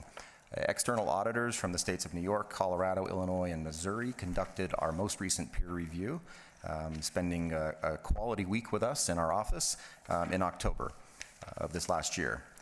The peer review concluded that the audit division system of quality control provided reasonable assurance of conformity with government auditing standards and issued a rating of pass, which is the highest rating. And I always like to clarify that because it doesn't sound very good, but that's the highest you can get. And we're extremely proud of our pass rating. Just quick comment too, I'm just extremely proud of my team and their dedication and all that goes into the audit process. There's a lot that goes on behind the scenes in a performance audit process to maintain and to conduct our work in accordance with standards. So I'd like to thank them all for all their hard work, and it's great to have our peers in our office providing compliments and praise for the good work that we've done. Thank you, Chair. And I would like to echo your thank you to your team, because their work is hard and it's very important, but more importantly, they sit at this dais with us sometimes when we're upset about certain issues and answer the questions when they have nothing to, they cannot do something. I mean, they aren't the problem, they're just finding the problems. So thank you very much for what you do for the state. Assemblyman DeLong. Thank you, Chair. In my career, I've done a lot of auditing on the environmental side, and it's a critical piece, and I appreciate the work you guys all do. Quick question, has the audit division been involved in doing peer reviews in other states? For the record, Dan Crossman, yes. We participate in peer reviews. Many of my staff have had the opportunity to go around the country and sit and audit the other auditors as well. And it's a great opportunity, great learning experience, and something that we've all enjoyed doing. That's exactly where I was going. It's good to hear that they do that because it is a really good learning experience. So thank you very much. Any additional questions or comments? All right, thank you very much, and we will go on to item 6B.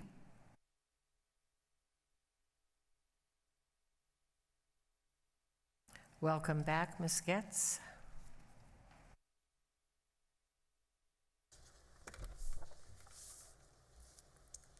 Good afternoon, Chair and members of the Audit Subcommittee. For the record, my name is Tammy Getz, Audit Manager. Today I'll be presenting the biennial report of the Legislative Auditor. This is an informational item, as this report is not required to be presented to the Audit Subcommittee, but we felt it was important to provide a high-level overview of the document to the Audit Subcommittee today.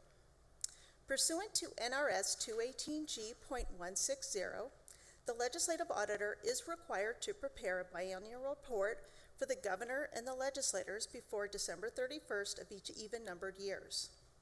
The biennial report contained in your packet is a report on the activities of the Audit Division for the biennium ended December 31st, 2024.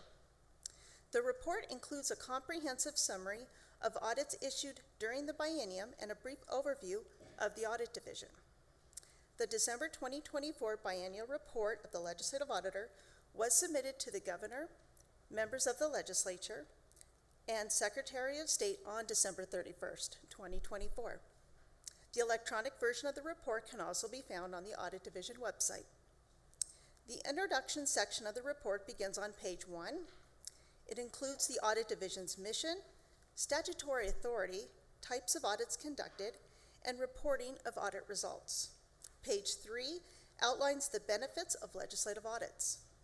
While not all audit recommendations result in monetary savings for the state, legislative audits have contributed significantly over the years to saving millions of dollars for Nevada's taxpayers. In the past 2 years, the Audit Division has achieved a return of more than $21 for every dollar of audit costs. During the biennium, measurable financial benefits of more than $339 million have been realized by implementing our audit recommendations. This section also describes how audits have led to improvements in programs to better serve Nevadans, improving public accountability and management controls, and the identification of fraud. On page 5, we summarize the audit recommendations made and percentages accepted for calendar years 2021 through 2024. Many of the recommendations address ways to eliminate waste, increase collection of revenues, enhance program effectiveness, improve accountability, and ensure compliance with state laws and regulations. On page 6, we describe our audit follow-up process. Continuing to page 7, we describe audit recommendations reported to the legislature based upon the results of our audits. These recommendations came from the Nevada System of Higher Education, Self-Supporting and Reserve Accounts, and the Governmental and Private Facilities for Children Inspections January 2024 audits. Page 8 outlines audits requested through legislation. During the 2023 legislative session, 2 bills passed requesting the performance of audits directed towards improving state government. AB 517, requiring performance audits of certain school districts, and SB 480, requiring an audit of the Division of Forestry's Forest Fire Suppression Budget Account. Pages 9 through 31 summarizes the results of the audits and reports issued in the 2023 through 2024 biennium. Over the biennium, the Audit Division issued 25 audit and other reports relating to the operations of state government and other governmental agencies. The full text of each report can be found on the Audit Division website. Pages 32 through 34 describe other significant responsibilities of the Audit Division.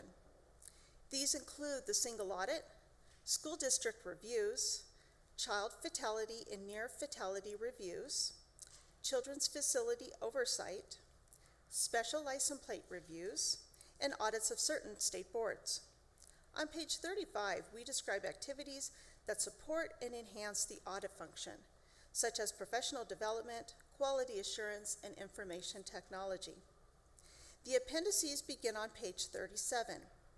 Appendix A provides an organizational chart, historical listing of legislative auditors, and a listing of Audit Division staff. Page 42 shows the most recent National State Auditors Association's Excellence and Accountability Award received in 2019, recognizing the Audit Division on a national level. Appendix B lists reports released during the 2023 through 2024 biennium. Appendix C is the 2024 through 2026 audit program approved by the Legislative Commission on December the 19th, 2024. Appendix D is the External Quality Control Review Report previously discussed by Legislative Auditor Crossman. And Appendix E lists the statutory citations applicable to the Legislative Auditor. Thank you, and that concludes my overview of the biennial report. Thank you, and any questions or comments from the committee? Thank you once again for all you have done and all the team has done, because this is very important for us to see, so thank you very much. All right, well, we've made it. We're on agenda item 7, public comment. We will start here in Carson City. Anybody would like to make public comment, please come forward. Seeing none, Las Vegas, if anybody would like to make public comment, please come forward. Good afternoon. Madam Chair and Assembly, we thank you very much for allowing us to come here today and share with you. I am representing Ignite Teen Treatment, and just want to make it brief. Wanted to note that I have submitted corrective action plans for the deficiencies that were highlighted with the exclusion of the HR deficiencies. We actually had the information that the LCB wanted. I don't know if they just didn't see it or not. And also wanted to make a comment about the acuity level of the clients that we accepted by CCFS. They misrepresented the level of acuity for some of the clients. And when we reached out for assistance for them to help us place the clients into a higher level of care, we were denied. I've never seen a CCFS caseworker representative come to any of our facilities and stay with the client. We had an incident where one of their representatives actually brought contraband to one of our houses. So we are here because we care about the kids, not for a check. I'm an educator as well. I care very much about the kids here in the Valley. And I feel that the services that Ignite Teen Treatment offers, basically they're invaluable to the Valley. We want to do the right thing by our community, by our children. We want to get better.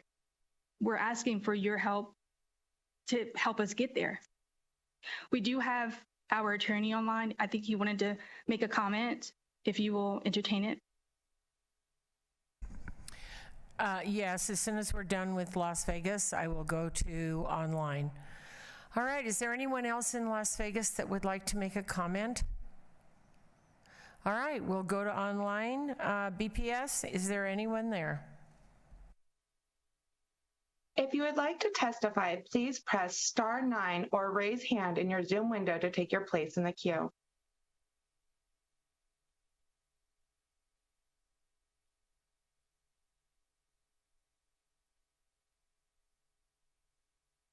You are unmuted on our end and may begin.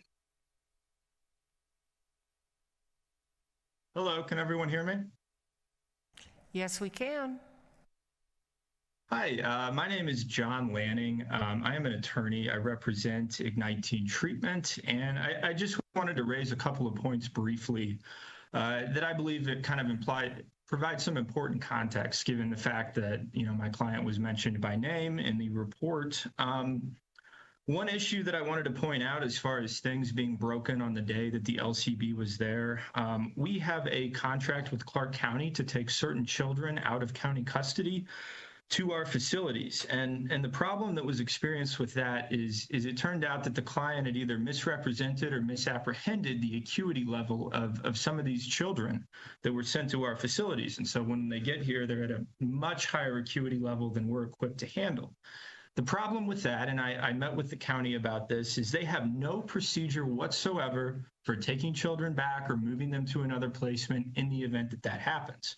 And so that led to a lot of the issues where things were being broken, and they were promptly fixed. But it was because these children were at an acuity level much higher than we were equipped to handle. They had been brought to us from the county with the understanding that they were at a lower acuity level, and then there was no way with the county to get them back or to get them into another placement that could handle them. And so that resulted in a lot of the issues in the report where things were being broken and what have you. The other point that I just wanted to make briefly so that everyone can hear is the issue of out-of-state facilities. A lot of children are sent to out-of-state facilities. There's never been any visit, never been any audit, never been any oversight of these out-of-state facilities. It's believed, based upon my research, that a lot of these out-of-state facilities are in states with a much friendlier regulatory environment towards RTCs, specifically those for children. And so I just caution, and I want to provide the context that, you know, in the event where we have too much oversight and we don't have the policies and procedures in place to deal with the issue I outlined earlier, what we result in is a regulatory environment where a facility that is much needed in the Valley and in the state in general is unable to operate given just the amount of oversight and the poor policies and procedures in place for dealing with issues like the overly acute children when that happens. And so I just ask that that be considered and that any potential solutions take that into account and prioritize keeping providers in the state of Nevada. Thank you. Thank you very much. And we do prioritize, but we prioritize children in the state of Nevada.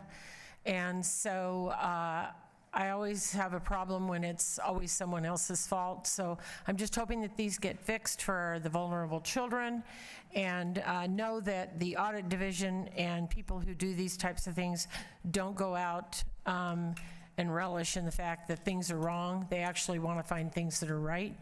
So thank you very much. And with that, if there are no other comments from our committees members, thank you very much. And with that, we will adjourn. Thank you.